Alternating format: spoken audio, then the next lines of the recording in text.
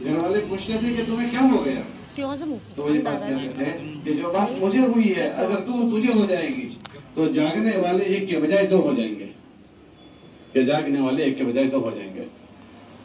تو عزیزہ بہنوں، یہ اللہ کا احسان مانیں، ہم مرد بھی اللہ کا احسان مانیں، آپ بہنیں بھی اس کا احسان مانیں کہ جو ہم سب کے ذمہ ایک بڑی ذمہ داری تھی اس کی اللہ نے ہمیں اپنے فضل سے سمجھ دی اور ہمیں کسی نہ کسی درجے میں اس میں چلایا ہے۔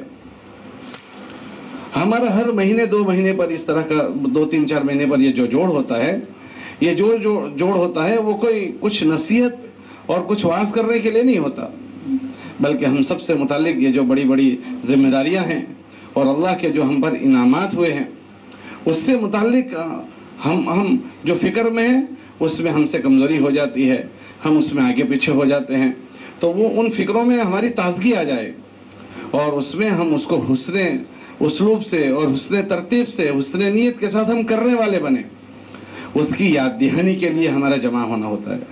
ان جوڑوں میں آپ کو کوئی نئی بات نہیں بتائی جائے گی، کوئی نئی ترتیب نہیں سمجھائی جاتی ہے، بلکہ اللہ کے اتنے بڑے بڑے انعامات جو ہم پر ہے اس کی ہم سے کیا قدر ہو رہی ہے اس کی فکر دلانا ہوتا ہے، اور اس کے ہم سب محتاج ہیں، ہم مرد بھی محتاج ہیں، آپ بہنیں بھی اس کے محتاج ہو، اس لیے کہ جس دنیا میں ہم رہتے ہیں وہ دنیا غفلت کی جگہ ہے، وہ دنیا دھوکے کی جگہ ہے کہ آدمی نہیں چاہتا تو بھی غفلت ہو جاتی ہے۔ ہم تو مسجدوں میں دیکھتے ہیں لوگ نماز میں آتے ہیں، اب نماز میں آتے ہیں، فضائل اعمال میں آپ نے پڑھا ہوگا کہ اگلے زمانے کے لوگ جب اذان ہوتی تھی مسجد میں آ جاتے تھے تو ان کی کیا کیفیت ہوتی تھی، لیکن اب اتنی غفلت کا ماحول ہے کہ آدمی مسجد میں اللہ کے سامنے سر ٹیکنے کے لیے آئے اور وہاں غافل ہے، اور آخر زمانے میں تو یہ غفلت اتنی بڑھے گی کہ ہمارے نبی علیہ السلام نے فرمایا کہ پوری صف اور پوری مسجد مصلیوں سے بھری ہوگی اور ایک بھی خشوع سے پڑھنے والا نہیں ہوگا، کہ اتنی غفلت بڑھنے والی ہے۔ تو ایسے غفلت کے ماحول میں یہ آپس میں بیٹھنا، یاد دہانی کرنا، یہ کسی نہ کسی درجے میں ہمیں فکر دلا دیتا ہے کہ ہمیں اللہ نے جو توفیق دی ہے یہ کتنی بڑی بات ہے۔ اللہ کے نبی علیہ السلام کا انتقال ہو رہا ہے، تو انتقال کی جو آیتیں اتری ہے، انتقال کی جس میں خبر اتری ہے، اس میں عجیب و غریب بات اللہ فرماتے ہیں کہ وَمَا مُحَمَّدٌ إِلَّا رَسُولٌ قَدْ خَلَتْ مِن قَبْلِهِ الرُّسُلُ أَفَإِن مَاتَ أَوْ قُتِلَ انقلبتم على أعقابكم وَمَن ينقلب على عقبيه فلن يضر الله شيئا وسيجزي الله الشاكرين، کہ اگر محمد صلی اللہ علیہ وسلم اپنی موت اللہ ان کو اپنے پاس بلا لیں یا وہ شہید ہو جائیں تو بعد والوں سے خطاب کر کے یہ بات فرمائی کہ کیا تم ان کے بعد بدل جاؤ گے؟ اگر کوئی بدل گیا تو وہ اللہ کا کوئی نقصان نہیں کرے گا۔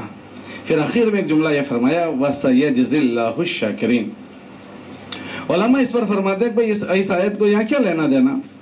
تو ہمارے وہاں عربی میں شکر اس کو کہتے ہیں، جو کتابوں میں پڑھایا جاتا ہے کہ آدمی کو اللہ پاک نے کوئی نعمت دی ہو، اس نعمت کا حق ادا کرنا اور اس کو اس جگہ پر استعمال کرنا جس کے لیے اللہ نے اس کو وہ نعمت دی۔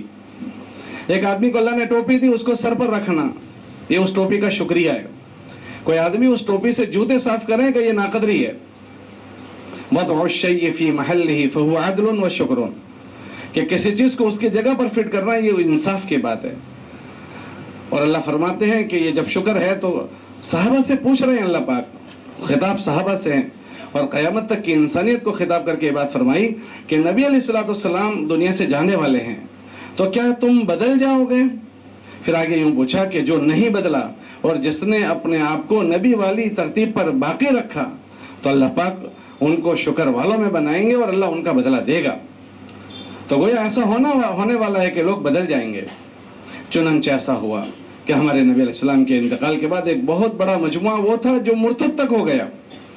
تو عزیزہ بہنوں، نعمتوں کا استحضار کرنا اور نعمتوں کے استحضار کرنے کے بعد اس کے کیا تقاضے ہیں اس کو سوچنا۔ تو یہ جو نعمتیں ہم کو دی ہے وہ نعمت کا کیا تقاضا ہے؟ کہ اس نعمت کا تقاضا یہ نبیوں والی جو محنت ہے اس کا تقاضا یہ ہے کہ ایک ایک آدمی دیندار بنے۔ یہ اسی لیے محنت ہے، یہ محنت برائے محنت نہیں ہے۔ نبیوں کی جو محنت ہے وہ یہ ہے کہ لوگوں کو ظلمات سے نور کی طرف نکالنا، یخرجہم من الظلمات الی النور، کہ اندھیریوں سے اجالے کی طرف لانا، جی چاہیوں سے رب چاہی زندگی کی طرف لانا، یہ نبیوں کی محنت ہے۔ اس لیے خود محنت کرنے والا نبی اپنی زندگی کو اس وحی کے تابع کرتا ہے جو وہی اللہ ان کے اوپر بھی اتارتے ہیں. وہ اپنی مرضی سے کوئی کام نہیں کرتا، بلکہ وہ زبان سے جملہ بولتا ہے، وہ بھی تابع داری والا جملہ بولتا ہے. اللہ قرآن میں فرماتے ہیں کہ نبی جو بولتا ہے وہ ہم جو اس پر اتارتے ہیں وہ بولتا ہے. وَمَا يَنْتِقُ عَنِ الْهَوَىٰ إِنْ هُوَ إِلَّا وَحْيٌ يُوحَىٰ. تو نبی بھی اللہ کی مرضی کے مطابق جیتا ہے. تو نبیوں والی محنت جو ہے وہ اسی لیے کہ ایک ایک آدمی رب چاہی زندگی پر آ جائے. تو عزیزہ بہنوں، ہم سب کو اس کا خیال کرنا ہے، دھیان کرنا ہے کہ اس عظیم محنت کا مقصد یہ ہے کہ ہم میں سے ایک ایک آدمی رب چاہی زندگی پر آئے. اس دھیان کے ساتھ ہمیں اپنی زندگی کو جلانا ہے. وہ کیسے پتہ چلے گا؟ کہ ہر آدمی اس محنت میں لگنے کے بعد اپنی زندگی کا جائزہ لیتا رہے کہ میں کہاں ہوں اور اللہ مجھ سے کون سی زندگی چاہتا ہے. اس مبارک محنت کے ذریعے سے ہم مرد گشت کرتے ہیں، آپ بہنیں تعلیم کے حلقے کرتی ہو، آج یہاں کام کرنے والی بہنوں کو جمع کیا ہے، یا ہم اور آپ اللہ کے راستوں میں جاتے ہیں. تو ہم سب جیسے اوروں میں اس کے ذریعے سے دین لانا چاہتے ہیں.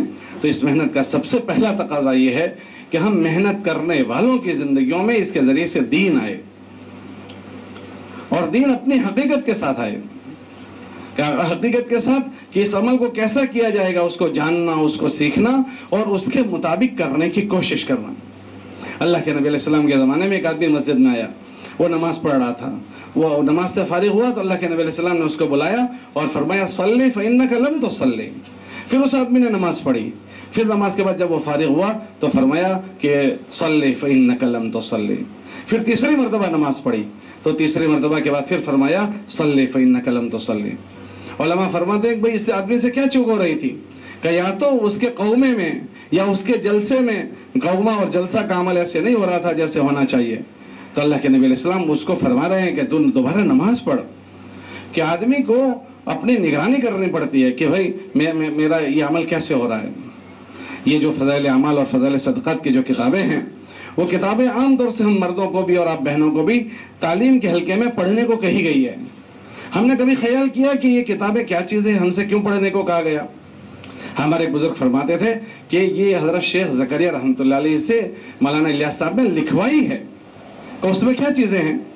کہ ہماری زندگی کے 5 شعبے ہیں. ایک ایمانیات کا، ایک عبادات کا، ایک معاملات کا، ایک معاشرت اور ایک اخلاقیات کا. یہ 5 شعبوں میں ایمان والا کیسا جینا چاہیے، ان 5 شعبوں میں ایمان والے کو اللہ کیسا دیکھنا پسند کرتے ہیں، ان باتوں کو اس کتاب میں لکھا گیا ہے.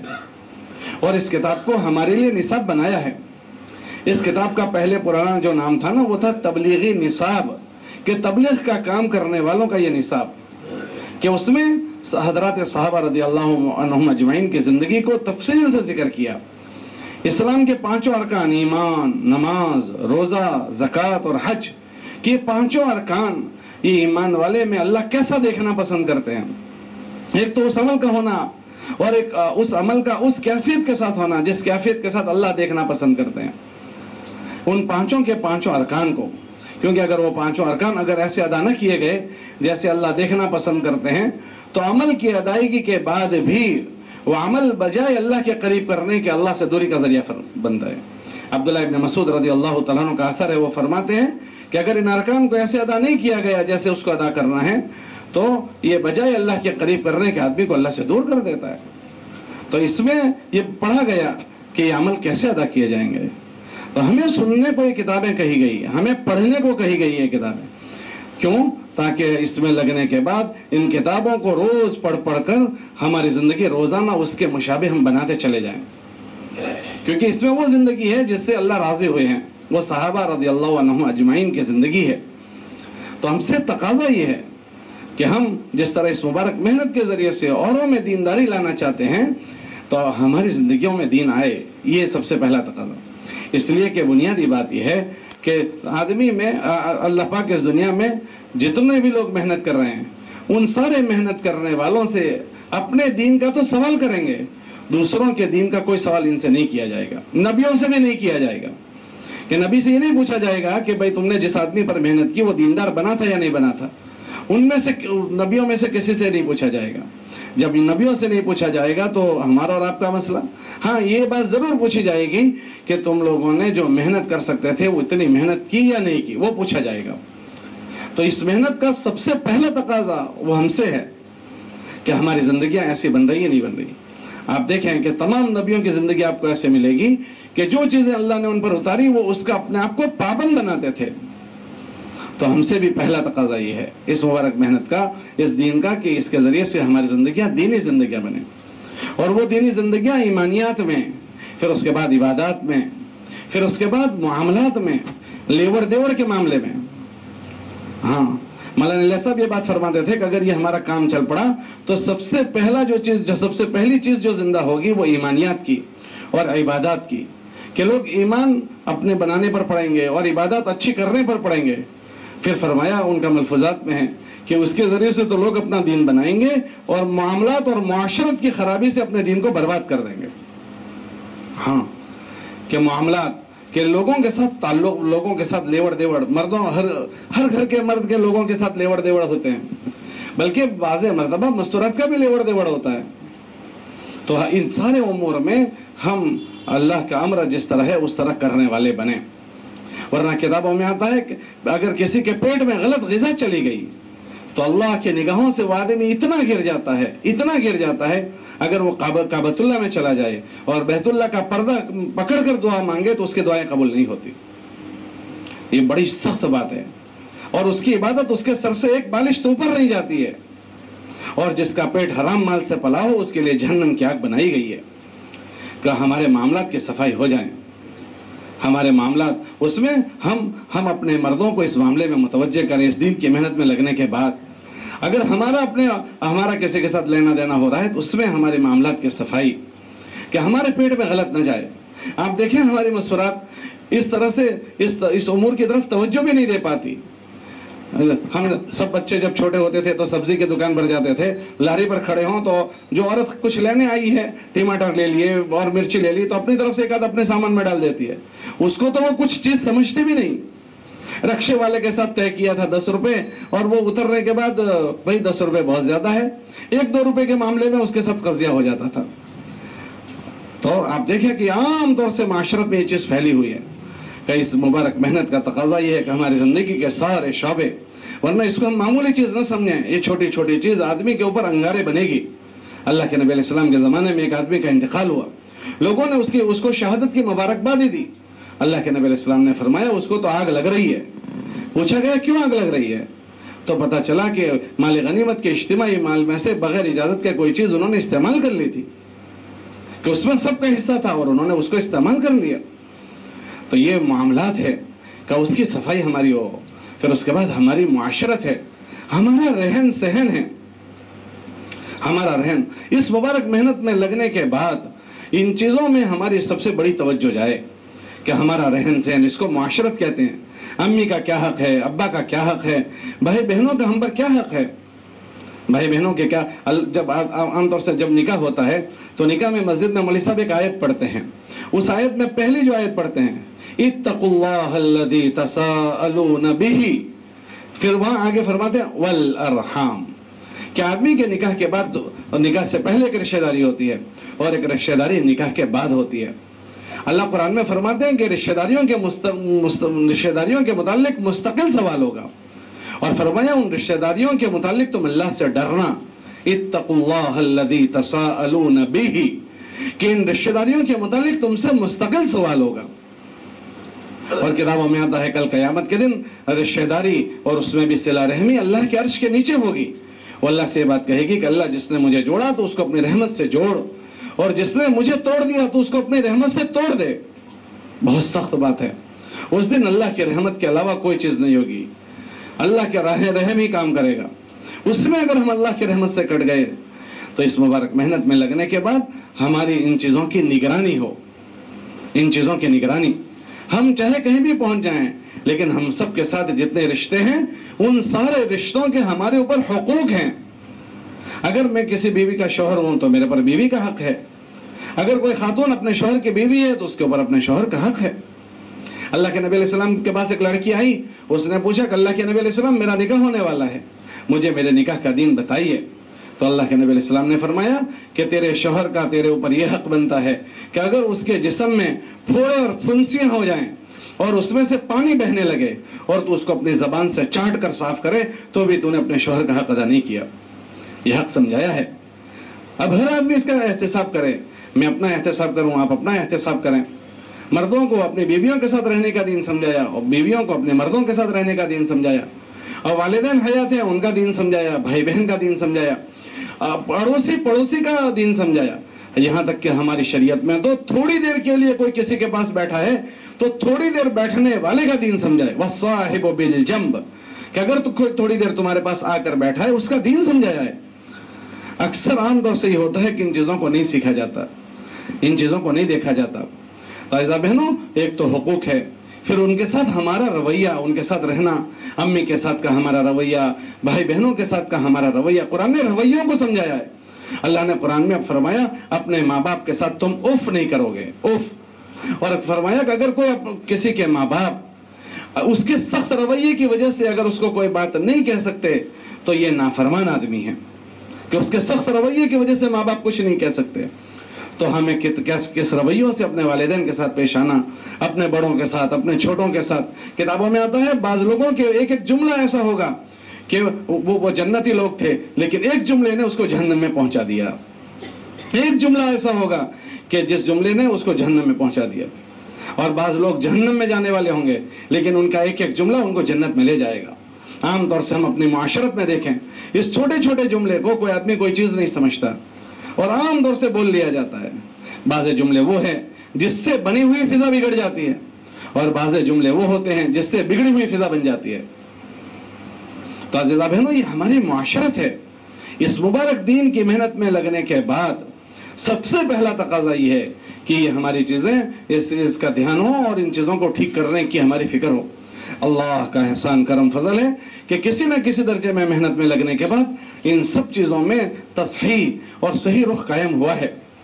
لیکن چونکہ ایک مستقل یہ زندگی ہے، اس لیے ہم اس پر قناعت نہیں کریں گے، ہم اس پر اللہ کا شکر ادا کریں گے کہ اللہ نے کسی نہ کسی درجے میں ہمارے مردوں کو بھی اور آپ بہنوں کو بھی سب کو کسی نہ کسی درجے میں سنبھالا دیا ہے اس مبارک محنت کے ذریعے سے۔ اور پھر آخر میں اخلاقیات ہے، لوگوں کے ساتھ کا تعامل ہے کہ اخلاقیات کا اعلیٰ تقاضا کیا ہے کہ ہمارے ذریعے سے کسی کو ذرا برابر تکلیف نہ پہنچے، سب سے بڑی بات۔ اور تکلیف پہنچانے والی سب سے بڑی جو چیز ہوتی ہے وہ آدمی کے زبان کے بول ہوتے ہیں۔ بھائی ہاتھ سے کوئی کسی کو تکلیف نہیں پہنچا سکتا، ہر ایک کی ہمت نہیں ہوتی زبان سے تکلیف پہنچانے کی، ہر ایک کسی کے مال کو چھین نہیں سکتا ہے، لیکن زبان ایک ایسی چیز ہے کہ زبان کے ذریعے سے سب سے زیادہ لوگوں کو تکلیف ہوتی ہے۔ اللہ کے نبی علیہ السلام نے فرمایا سب سے زیادہ جہنم میں لے جانے والی چیز آدمی کی زبان ہوتی ہے۔ آدمی کسی کے تبصرے کیسے ہی کر لیتا ہے، کسی کے تذکرے چلتے چلتے کر لیتا ہے، کسی کے ساتھ حسن ظن میں اللہ کوئی سوال نہیں کرے گا، لیکن اگر کسی آدمی نے کسی کے متعلق کوئی بدگمانی کی ہے، کل قیامت کے دن بدگمانی کو پوچھا جائے گا۔ اگر کسی کے رویے سے اور کسی کے زبان سے کسی کا دل دکھا ہے وہ پوچھا جائے گا، کسی کا دل خوش کیا تو اس کو نہیں پوچھا جائے گا، اس پر اجر ملے گا۔ کتابوں میں آتا ہے ہنستے چہرے سے ملنا یہ صدقے کا ثواب دیتا ہے، تو ہنستے چہرے سے ملنا، اچھے رویے سے ملنا یہ تو اجر باعث اجر بنے گا۔ لیکن اگر ہماری زبان سے، اور یہ چیز عام طور سے مستورات میں بہت پھیلی ہوئی ہے، اللہ کے نبی علیہ السلام جب معراج سے تشریف لائے تو فرمایا میں نے کثرت سے عورتوں کو جہنم میں دیکھا، اور پھر عورتوں نے پوچھا کہ کیوں؟ کہ ان کی زبان کی وجہ سے۔ تو عزیزہ بہنوں، ہماری زندگیوں میں اس مبارک محنت کے ذریعے سے ان سب چیزوں کا دھیان آنا چاہیے۔ اگر ان چیزوں کا دھیان آ رہا ہے تو ہماری محنت سے ہم کو نفع ہو رہا ہے، ورنہ ہمارے کہنے سننے سے ہو سکتا ہے اوروں کو نفع ہو، ہم کو نفع نہیں ہوا۔ اور اگر ہمارے کہنے سننے کی وجہ سے ہم نے اپنے آپ کو نہیں سنوارا اور نہیں سنبھالا اور اپنے آپ کو نہیں بنایا تو ہو سکتا ہے ہمارے کہنے سننے سے اور لوگ تو نفع اٹھا لیں، ہم ایسے کیسے اللہ کے پاس جائیں گے؟ اور اگر ایسے چلے گئے تو ایسا جانا بڑا برا جانا ہے۔ کتابوں میں آتا ہے ایسے جانے والوں کے لیے اللہ کی بڑی سخت ناراضگی ہے، اور اللہ ایسے لوگوں کو سخت سخت عذاب دیں گے۔ روایت میں آتا ہے کہ ایک مجموعہ ہوگا جن کو اللہ جہنم میں ڈالیں گے، جن کے پیٹ کے آنت باہر نکل آئیں گے، اور وہ آنت تیلی کے بیل کی طرح اس کے ارد گرد لپٹیں گے، اور اس سے سخت عذاب ان کو ہوگا، اور اس میں سخت بدبو ہوگی، سخت تعفن پھیلے گا۔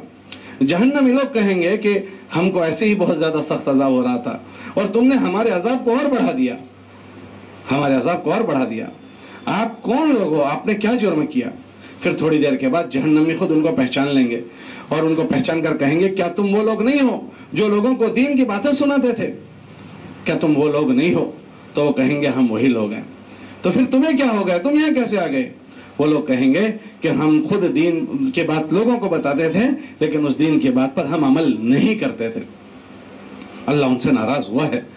ہمارے بزرگ فرماتے تھے کہ شیطان کوشش یہ کرتا ہے کہ آدمی کو پہلے اس محنت میں نہ لگائیں جس کے ذریعے سے آدمی میں دین آتا ہے، اور اگر لگ گیا تو اس کے اندر غفلت لاتا ہے کہ اب وہ محنت میں لگ تو گیا لیکن اس محنت سے وہ محنت والا بنے، دین والا نہ بنے۔ اور اگر کوئی آدمی خالی محنت والا بنا اور دین والا نہیں بنا، ہمارے ایک بزرگ مثال اس کے دیتے تھے، اس کی مثال ایسی ہے کہ کوئی آدمی اذان دے رہا ہے تو اذان تو نماز کے لیے دینی ہے، اب وہ آدمی اذان پر اذان دیے جا رہا ہے اور نماز نہیں پڑھ رہا، تو ایسے آدمی کو کیا کہا جائے گا؟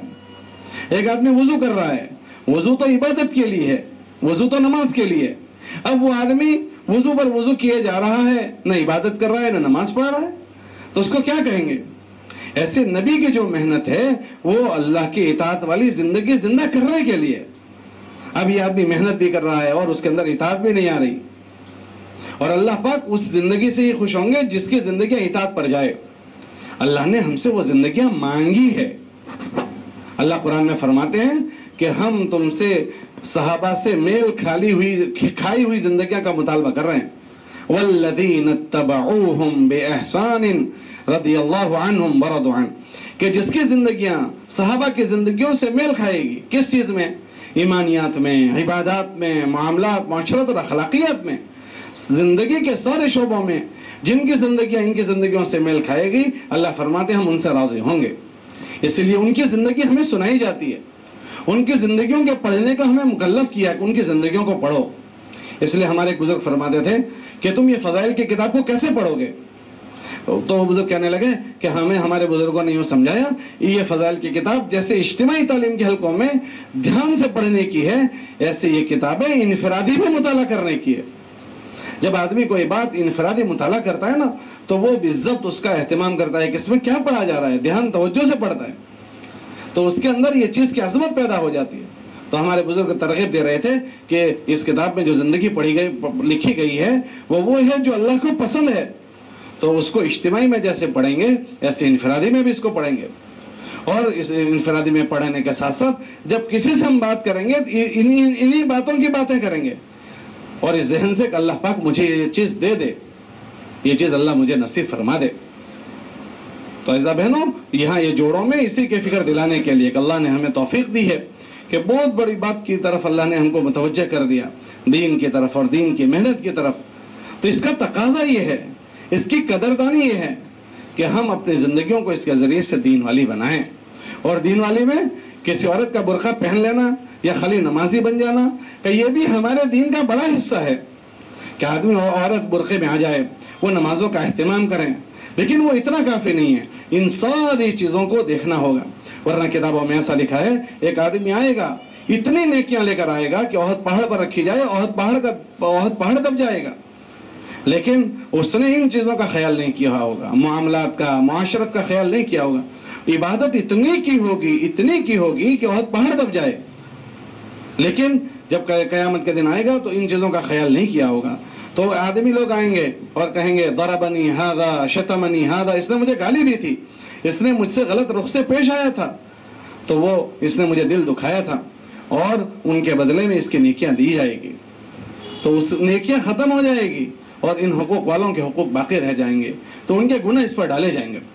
یہ بہت سنگین بات ہے، اس لیے ان ساری چیزوں کا استحضار، احساس، ہمارے بزرگ فرماتے تھے کہ اگر کوئی آدمی سے زیادہ نفلیں نہیں ہو پاتی، زیادہ نفلیں وہ نہیں کر پاتے، فرائض تو ہر حال میں ادا کر رہے ہیں، لیکن اگر کوئی آدمی سے نفلیں نہیں ہو پاتی تو وہ نہ کریں، جتنا ہو سکتا ہے اتنا کریں، لیکن نہ کرنے کی چیز نہ کریں، کیونکہ اللہ کے نبی علیہ السلام نے فرمایا نہ کرنے کی چیزوں کو چھوڑنے والا سب سے بڑا عبادت گزار ہے۔ اللہ کے نبی علیہ السلام نے فرمایا اتق المحارم تکن اعبد الناس، نہ کرنے کی چیزوں کو چھوڑ دینا یہ سب سے بڑا عبادت گزار ہے. بلکہ وہ بزرگ نے آگے یہ فرمایا کہ ہو سکتا ہے کہ یہ ساری نفلیں کرتا رہا، سارے وظیفے، ساری نفلیں، لیکن نہ کرنے کی چیزوں سے نہیں بچا، یہ پکڑا جا سکتا ہے. اور ایک وہ آدمی جو نہ کرنے کی چیزوں سے بچتے ہوئے جی رہا ہے، اس نے زیادہ نوافل کا اہتمام نہیں کیا، تو انہوں نے تو یہ جملہ فرمایا کہ ہو سکتا ہے یہ فردوس اعلیٰ میں پہنچ جائے گا. تو ہمیں ہماری یہ ساری چیزوں میں رہتے ہوئے ان ساری چیزوں کی نگرانی کرنی ہے. اگر ان چیزوں کی نگرانی کری تو کیا نفع ہوگا؟ انشاءاللہ اس مبارک محنت کے ذریعے سے ہم اللہ کے پاس ایسے بن کر جائیں گے جیسا بن کر جانا اللہ ہم سے پسند کرتا ہے. اللہ قرآن میں فرماتے ہیں وَلَا تَمُوتُنَّ إِلَّا وَأَنْتُمْ مُسْلِمُونَ کہ تم اپنے رب کے پاس مت آنا مگر مسلمان بن کر. تو یہ اسلام والی زندگی ہے. اور حضرت عمر فرماتے تھے کہ تم جیسا جیو گے ایسا مرو گے. تو اللہ کے ذات سے امید ہے کہ اگر انشاءاللہ یہ تابع داری والی زندگی اگر ہماری بن گئی تو انشاءاللہ موت بھی تابع داری والی آئے گی. اچھی موت مرنا نصیب ہو جائے گا. ایسا نہیں ہوتا کہ آدمی غلط جیے اور اچھا مر جائے یا اچھا جیے اور غلط مر جائے. حضرت فرماتے تھے حضرت عمر رضی اللہ تعالیٰ عنہ کی شرح میں کہ جو جیسا جیے گا ایسا مرے گا. انشاءاللہ جینے میں لحاظ کیا گیا تو مرنا اللہ اچھا کر دے گا. ایک نفع تو یہ ہوگا. اور دوسرا نفع اگر یہ اچھی زندگی بنی ہے ہماری تو دوسرا نفع کیا ہوگا؟ کہ دوسرا نفع یہ ہوگا کہ لوگ بنی ہوئی زندگیوں کے اثرات لیتے ہیں. صحبت سے، جیسے ہمارے نبی علیہ السلام کی زندگی سے صحابہ نے اثر لیا، صحابہ کی زندگی سے ان کے بعد کے لوگوں نے اثر لیا، تو ہمارا وجود انسانیت کے لیے خیر کا ذریعہ بنے گا. ہمارے بزرگ فرماتے تھے کہ بنے ہوئے لوگ لوگوں کو بناتے ہیں. بنے ہوئے لوگ. اور مثال دی مولانا نصیر رحمۃ اللہ علیہ کے بیان کو بیان فرما کر مثال دی کہ سورج ہے، سورج اس کے اندر اللہ نے روشنی رکھی ہے. جب وہ سورج طلوع ہوتا ہے اس روشنی کے ساتھ تو پورے دنیا کے اندھیرے کو ختم کر دیتا ہے. کیوں؟ کہ اس کے اندر روشنی ہے. اگر اس کے اندر روشنی نہ ہو اور یہ سورج ایک بار نہیں 100 مرتبہ نکلے تو کیا دنیا میں کوئی فرق پڑے گا؟ ارے ایک سورج ایک ہے، ایسے 100 سورج بنا لو، ایسے 1000 سورج بنا لو، ایسے 1,00,000 سورج بنا لو، لیکن اس کے اندر بے نور سورج ہے، اس کے اندر روشنی نہیں ہے. تو کیا ایسے 1,00,000 سورج 1,00,000 مرتبہ طلوع ہو جائیں، کیا دنیا میں کوئی فرق پڑے گا؟ کہ صحابہ کی زندگی بنی ہوئی تھی تو ایک ایک آدمی کی بنی ہوئی زندگی نے ہزاروں لوگوں کو بنا دیا. ایک مصعب ابن عمیر رضی اللہ تعالیٰ عنہ مکے سے مدینہ منورہ گئے، 1 سال وہاں ٹھہرے. ان کی زندگی سے مدینے والے اتنے متاثر ہوئے کہ پورا مدینہ اسلام میں داخل ہوا. لوگ ان کے چہرے دیکھ کر یہ کہتے تھے کہ یہ چہرے غلط لوگوں کے چہرے نہیں ہیں. حضرت مولانا انعام الحسن صاحب رحمۃ اللہ علیہ کے بعد ایک بزرگ نقل فرما رہے تھے، حضرت یہ فرماتے تھے کہ دنیا میں وہ پھیلے گا جو تمہارے اندر ہوگا. تم جس چیز کو لے کر پھرو گے وہ چیز دنیا میں پھیلے گی. اگر ہمارے اندر یہ چیز ہوگی تو سب سے پہلا اثر یہ ہوگا کہ انشاءاللہ اس کے اثرات ہمارے گھروں میں پڑیں گے، ہمارے بچوں میں پڑیں گے. ہم سب جائزہ لیں، کیا ہماری زندگی کے اثرات ہمارے گھر میں پڑے ہیں؟ ہم مرد ہم اپنا جائزہ لیں، آپ بہنیں اپنا جائزہ لو کہ ہم جو بھی کچھ کر رہے ہیں. صحابہ کی زندگی نے ایک ایک آدمی نے ملکوں کو بدل دیا. اللہ کے نبی علیہ السلام نے ایک ایک فرد بھیجا تھا ایک ایک علاقے میں. جب جماعتیں بھیجنے کے حالات نہیں بنے تھے اس زمانے میں افراد کو بھیجا گیا تھا اور افراد کے ذریعے سے علاقے بنے تھے. تو ہم یہ سوچیں ہم علاقے کو نہیں پوچھ رہے ہیں، ہم علاقے کو نہیں دیکھ رہے ہیں، ہم اپنے گھر کو دیکھیں کہ کیا میرے جیون کے اثرات میرے گھر پر پڑے ہیں، میرے بچوں پر پڑے ہیں. تو میرے پاس ایسا کیسا دین ہے کہ اس کے اثرات نہ میرے بیوی پر پڑے، میں یہ سوچوں کہ میرے بیوی پر نہیں پڑے. عورت یہ سوچے کہ میرے دین کے اثرات میرے شوہر پر نہیں پڑ رہے، میرے بچوں پر نہیں پڑ. تو میرا دین کیا ہے؟ میرے دین میں کہاں ضعف ہے؟ اس لیے عزیزاں بہنوں، اگر یہ اچھا دین بنا تو انشاءاللہ ہمارے دین کے اثرات پڑیں گے. اور پھر اس دین کے ساتھ یہ خاتون اگر کسی کے گھر میں کسی ضرورت سے گئی وہاں اثرات پڑیں گے. اور جب اللہ نے موقع دیا، اللہ کے راستے کی خروج ہوا، نقل و حرکت ہوئی، تو انشاءاللہ اس کے اثرات دنیا میں پڑیں گے. بنے ہوئے لوگ لوگوں کو بناتے ہیں. اس لیے عزیزاں بہنوں، یہ معمولی چیز نہیں ہے. تو سب سے پہلا ہمارا اس کا دھیان اور اس کا استحضار کہ ہم سے یہ دین کی محنت اس کا تقاضا کرتی ہے. دوسری بات، اللہ نے جو ہمیں دین کی محنت کی توفیق دی، یہ بھی بہت بڑی توفیق ہے. کیا توفیق ہے؟ کہ اللہ کی طرف سے اس ایمان والے ایک ایک مرد اور ایک ایک عورت ختم نبوت کی محنت کے صدقے میں اس کے ذمہ دار ہیں کہ وہ اللہ کے بندوں کو اللہ سے جوڑنے کا کام کریں، نبیوں والا کام کریں. یہ ایک ایک ایمان والا مرد اور ایک ایک ایمان والی خاتون اس کے ذمہ دار ہے.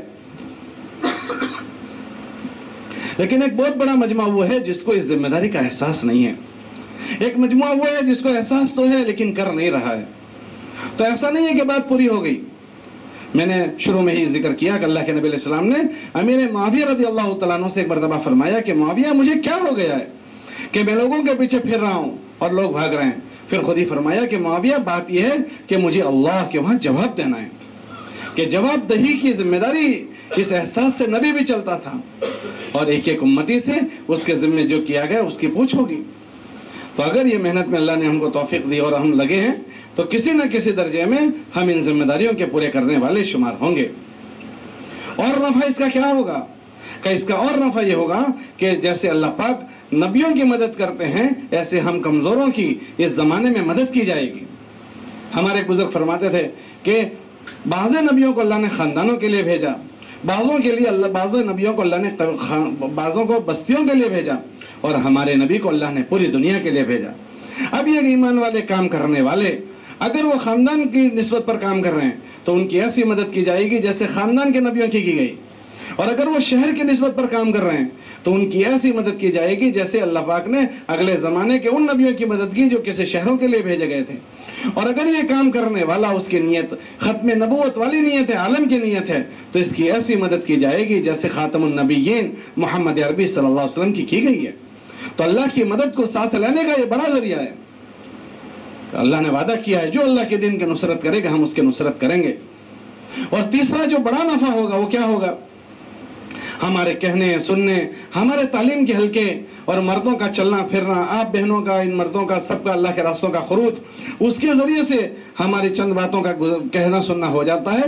ہمیں نہیں پتا ہوتا کہ اس کہنے سننے نے سامنے والے کی کیا کیفیت بدل دی, اس کی زندگی میں کتنے فکر پیدا کر دی, اس کو کتنا عمل کرنے والا بنا دیا, ہمیں نہیں پتا ہوتا. لیکن لوگ زندگیوں کو بدل رہے ہیں ہمارے اس ترغیبوں کے ذریعے سے, کہنے سننے کے برکت سے. ابھی ہم لوگ ریلوے والوں کے جوڑ میں گئے تھے ایک ہفتے پہلے. اب ریلوے والے اکثر وہ ریلوے اسٹیشنوں پر کام کرتے ہیں, وہاں کوئی ماحول بھی نہیں ہوتا. میں آپ کو بتاؤں, میں تو حیران ہو گیا ان کی باتیں سن کر کہ لوگ کتنا اثر لیتے ہیں. تو جب کارگزاری ان کی ہو رہی تھی, اکثر ریلوے اسٹیشن پر غفلت کا ماحول ہوتا ہے, آدمی اکا دکا ہوتا ہے, تو اس میں ایک آدمی کھڑا ہو کر کہنے لگا کہ میں تبلیغ میں 2.5 سال پہلے لگا ہوں اس ریلوے کی محنت کی برکت سے. اس سے پہلے نماز نہیں پڑھتا تھا, لیکن اب اس کے بعد میری ایک نماز بھی نہیں گئی. آپ اندازہ کریں, ایک صاحب کھڑے ہوئے, انہوں نے اپنی کارگزاری سنائی کہ میری 1 سال سے تکبیر اولا نہیں گئی. اور ایک ہمارے گودرا کے ساتھ ہی کھڑے ہوئے, وہ بھی ریلوے اسٹیشن پر ہوتے ہیں, انہوں نے کہا میری 4 سال سے تکبیر اولا نہیں گئی. تو ایسا تھوڑی ہے کہ وہ خود بٹن دبایا اور تکبیر اولا والے بن گئے. ارے بھائی, اس آدمی پر کسی کی محنت ہوئی ہوگی. ہو سکتا ہے جس کی محنت ہوئی ہے اس کا اتنا اہتمام نہ ہوا ہو تکبیر اولا کا, لیکن جس آدمی پر محنت ہوئی ہے وہ اتنا آگے نکل گیا.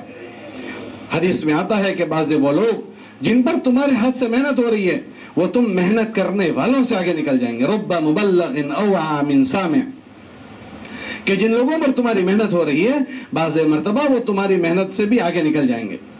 صحابہ میں ایسے لوگ ہیں کہ وہ بہت آگے نکل گئے, بہت آگے نکل گئے. یہ حضرت عمر رضی اللہ تعالیٰ عنہ کو آپ دیکھیے. حضرت عمر رضی اللہ تعالیٰ عنہ, ہم سب ان کو جانتے ہیں, 10 سال حکومت کی, 10 سال. یہ 10 سال کی حکومت میں ایسی بڑی اللہ نے برکت دی. صحابہ فرماتے ہیں کہ اسلام اتنا تیزی کے ساتھ پھیلا کہ ہم ایک جمعہ اس شہر میں پڑھتے تھے تو دوسرا جمعہ دوسرے شہر میں پڑھتے تھے, اور اتنا عدل و انصاف قائم ہوا کہ اس کو کوئی تصور نہیں کر سکتا. اتنی خیر وجود میں آئی. لیکن آپ اندازہ کریں کہ یہ ساری کے ساری خیر جو حضرت عمر کے ذریعے سے وجود میں آئی ہے, عمر کس سے وجود میں آئے؟ کہ عمر وجود میں آئے تھے ان کی بہن کی محنت سے. ان کی بہن نے تماچے کھائے تھے, ان کی بہن لہو لہان ہوئی تھی. تو جیسے وہ ان کے نامہ اعمال میں ساری خیر جائے گی, کیا ان کو لانے والے کے نامہ اعمال میں نہیں جائے گی؟ حدیث میں آتا ہے الدال علی الخیر کفاعلہ, کسی آدمی کو خیر کی بات کی رہبری کرنے والا ایسا ہے جیسے کہ خود اس نے وہ کیا ہو. تو وہ ان کے بہن وہ سارا نہیں کر سکی, لیکن ان کے بھائی نے سارا کیا ہے. تو وہ سارا کل قیامت کے دن وہ رہبری کرنے والوں کے نام اعمال میں جائے گا. حضرت مولانا اسلام رحمۃ اللہ علیہ ایک بیان میں فرماتے تھے, ان کے بیان میں نے پڑھا کہ اپنا کام کرتے ہوئے لوگوں کو محنت کرنے کو تم معمولی نہ سمجھو, کہ بہت بڑی چیز ہے, بہت بڑی چیز ہے. حضرت فرماتے تھے کہ تمہارے جتنے بھی اعمال ہو جائیں, ان کے بیان میں ہے کہ تم اپنی ذات سے کتنے بھی اعمال کر لو, تمہارے عمل کا ممکن ہے اللہ یہ پوچھے کہ بتاؤ جتنا ہم نے کرنے کو کہا تھا اس میں سے کتنا کر کے آئے، تو ہم یہ نہیں کہہ سکتے کہ اللہ 100% میں کر کے آیا، اور جو کیا تھا وہ کیسا کیا، تو ہم یہ نہیں کہہ سکتے کہ جیسا آپ نے کہا تھا ایسا کر کے آیا۔ تو حضرت فرماتے تھے اپنا کرتے ہوئے، ٹھیک کرتے ہوئے لوگوں کو لگاؤ، لوگوں کو دین والا بناؤ، اس کی کیا برکت ملے گی؟ حضرت فرماتے تھے کہ ان کا جو بھی کچھ عمل ہوگا، وہ جیسا بھی کریں گے، وہ تمہارے اعمال میں ذخیرہ بنے گا۔ پھر حضرت نے مثال دی کہ ہماری تو پکی ہم نے نماز پڑھنے کی کوشش کی، ہو سکتا ہے اس میں پھر بھی ضعف نکل آئے، لیکن ایک آدمی جس کو کچھ نہیں پتا، اس کو ایک آدمی نے محنت کی اور اس کو سمجھا کر مسجد میں لایا، اور مسجد میں لا کر نماز پڑھنے کے لیے اپنے بغل میں کھڑا کر دیا۔ اسے کچھ نماز نہیں آتی، وہ اس کو دیکھ کر قیام کر رہا ہے، رکوع کر رہا ہے، سجدہ کر رہا ہے، تو یہ سب کچا کیونکہ اسے کچھ آتا ہی نہیں ہے۔ تو جس نے یہ نماز پڑھی اس کے نامہ اعمال میں تو اس کا یہ عمل کچا لکھا جائے گا۔ حضرت نے فرمایا اس آدمی کا یہ کچا عمل تمہارے نامہ اعمال میں پکا لکھا جائے گا، کیونکہ جو بھی محنت کرتا ہے وہ تو اس کو پکا بنانے کی محنت سے، نیت سے کرتا ہے، تو یہ کتنا بڑا ذخیرہ ہو جائے گا۔ اس لیے ہمارے شہر میں ایک بزرگ تھے، انتقال ہو گیا، عبد الرحمن غازی، وہ اکثر ایک جملہ دہراتے تھے، شیطان کو عداوت ہے دعوت سے، کہ وہ اس کو عداوت ہے کہ آدمی اپنے ذات سے جو کرنا ہو کر لے، لیکن یہ اس طرح لوگوں کو تیار کر کے نہ مرے۔ ہر آدمی کو مرنا تو ہے ہی، لیکن اگر یہ آدمی اس طرح تیار کر کے مرا تو اس کا تو دفتر بند ہوگا ہی نہیں۔ کتابوں میں آتا ہے مرنے کے بعد آدمی کا دفتر بند ہو جاتا ہے، ایک سبحان اللہ کا محتاج ہو جاتا ہے۔ ہاں کوئی صالح ثواب کرے تو الگ بات ہے، کوئی اس کو کوئی بھیجے تو الگ بات ہے، لیکن جو لوگوں کو دین والا بنا کر گیا اس کے دفتر میں روز آتا رہتا ہے۔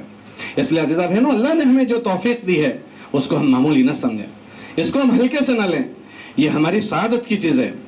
اللہ کو ہماری کوئی ضرورت نہیں، یہ تو اللہ کی طرف سے انتخاب ہے۔ اللہ قرآن میں فرماتے ہیں کہ ہم تمہیں چنتے ہیں، هو اجتباکم، اس نے چنا ہے تم کو۔ یہ اللہ کا انتخاب ہے، جس کو ان چیزوں کی سمجھ ملے یہ اللہ کی توفیق ہے، ہمارا اس میں کوئی کمال نہیں۔ دنیا میں ہم سے زیادہ بہت باصلاحیت لوگ ہیں، لیکن اللہ پاک نے ہمیں توفیق دی۔ ہم اپنے کمزوریوں کو سوچیں، اپنی غفلتوں کو، اپنی کوتاہیوں کو، تو ہمارے اندر اتنی غفلت ہے، اتنی کوتاہیاں ہیں کہ ہم اپنا استحضار کریں کہ میرے اندر تو کوئی ایسی چیز نہیں ہے، پھر بھی اللہ نے مجھے ان چیزوں کی توفیق دی، یہ اللہ کا فضل ہے۔ تو اب اس کی ہم کوشش کریں کہ اس کی ہم سے اچھی قدر ہو، اس کی ناقدری نہ ہو، کیونکہ کتابوں میں آتا ہے کہ جب بندوں سے ناقدری ہوتی ہے تو اللہ وہ نعمت ان سے لے لیتے ہیں۔ بہت سارے آپ کو لوگ ملیں گے مردوں میں اور عورتوں میں کہ کسی زمانے میں تبلیغ میں لگے اور تبلیغ ان سے چھوڑ گئی، ہاں نعمتوں پر زوال آ جاتا ہے۔ اللہ کے نبی علیہ السلام نے زوال نعمت سے پناہ مانگی ہے، اللہم انی اعوذ بک من زوال نعمتک، اس پر زوال نہ آ جائے، اس کے لیے اس کی قدر کرنا۔ اس کی قدر میں ایک تو اپنے آپ کو دیندار اس محنت کے ذریعے سے بنانا، اور محنت کی قدر یہ ہے کہ اس کو اچھے سے اچھا کرنا۔ اللہ نے ہم سے عمل اچھے سے اچھا مانگا ہے، لِيَبْلُوَكُمْ أَيُّكُمْ أَحْسَنُ عَمَلًا، کہ لوگوں تم اچھے سے اچھا عمل کرو۔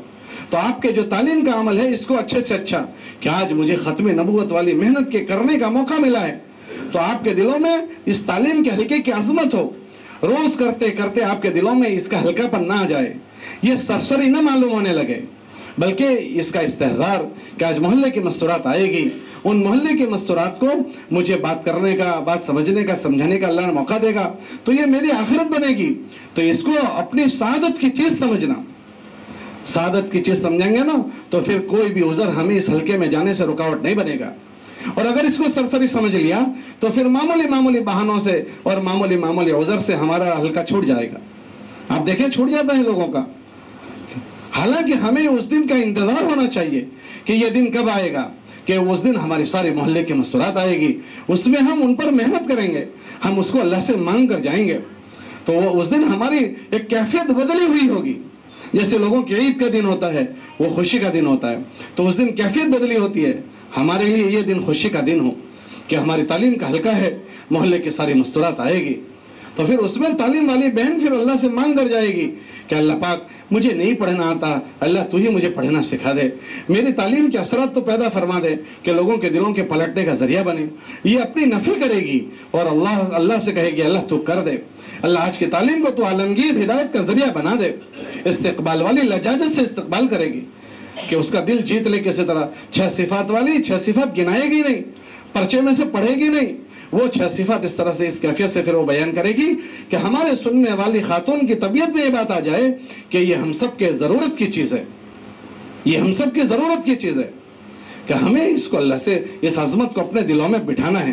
میاں جی محراب رحمۃ اللہ علیہ کی بات ہمارے ایک بزرگ سناتے تھے کہ وہ فرماتے تھے کس طرح سے ہم بات رکھیں کہ ہماری طبیعت اس کا تاثر لیتی ہو، کہ ہم تاثر لیتے ہوئے اس کی بات کریں گے۔ تعلیم کا حلقہ بہت بڑی چیز ہے، اسی حلقوں کی برکت سے آج آپ دیکھیں کہ گھروں میں یہ فکریں پیدا ہوئی ہے، عورتوں میں دین آیا، عورتیں انہی حلقوں سے فکریں لے کر گئی، پھر انہی حلقوں سے انہوں نے اپنے مردوں پر محنت کی، اور انہی فکروں کی برکت سے انہوں نے اپنے بچوں پر محنت کی ہے۔ یہ سلسلہ پتہ نہیں کہاں سے کہاں پہنچتا ہے۔ ایک عورت تعلیم کے حلقے میں گئی اور تعلیم کے حلقے سے پتہ نہیں کہاں سے کیا کیا ہوتا ہے۔ ابھی ہمارے وہاں ملک کے پرانوں کا جوڑ تھا، تو اس جوڑ میں ہمارے بزرگ ایک بات کر رہے تھے، تو اس بزرگ نے بات میں سنایا کہ میں مسجد میں فجر کی نماز پڑھنے کا جاتا ہوں، تو میں نے وہاں دیکھا چند بچے مسجد میں آ کر بیٹھتے ہیں، تو میں ان کو دیکھ کر بہت خوش ہو گیا۔ تو میں خوش ہوا تو میں نے ایک مرتبہ ان بچوں سے کہا بیٹا ماشاءاللہ بڑی اچھے لگتے ہو آپ کے ابا بڑی آپ کی فکر کرتے ہیں۔ تو جھٹ سے وہ بچے کہنے لگے جی ابا فکر نہیں کرتے، ہماری ماں فکر کرتی ہے کہ ہماری ماں ہمیں اٹھا کر بھیجتی ہے۔ پھر آگے کا جملہ فرمایا ابا تو ڈانٹتے رہتے ہیں، ابا تو ہمیشہ ڈانٹتے رہتے ہیں، یہ جملہ کہا۔ تو آپ کو نہیں پتا کہ آپ کی تعلیم کی فکریں کہاں کہاں منتقل ہوتی ہے، کتنوں کی زندگیاں اس سے بدلی ہوگی۔ یہ وائرنگ ہو رہا ہے، وائرنگ، یہ تعلیم کے حلقوں سے وائرنگ ہوتا ہے، وائرنگ، کہ ایک ایک آدمی آپ کی فکریں لے کر جا کر گھروں میں جاتا ہے، پھر گھر گھر میں وہ فکریں منتقل ہوتی ہے۔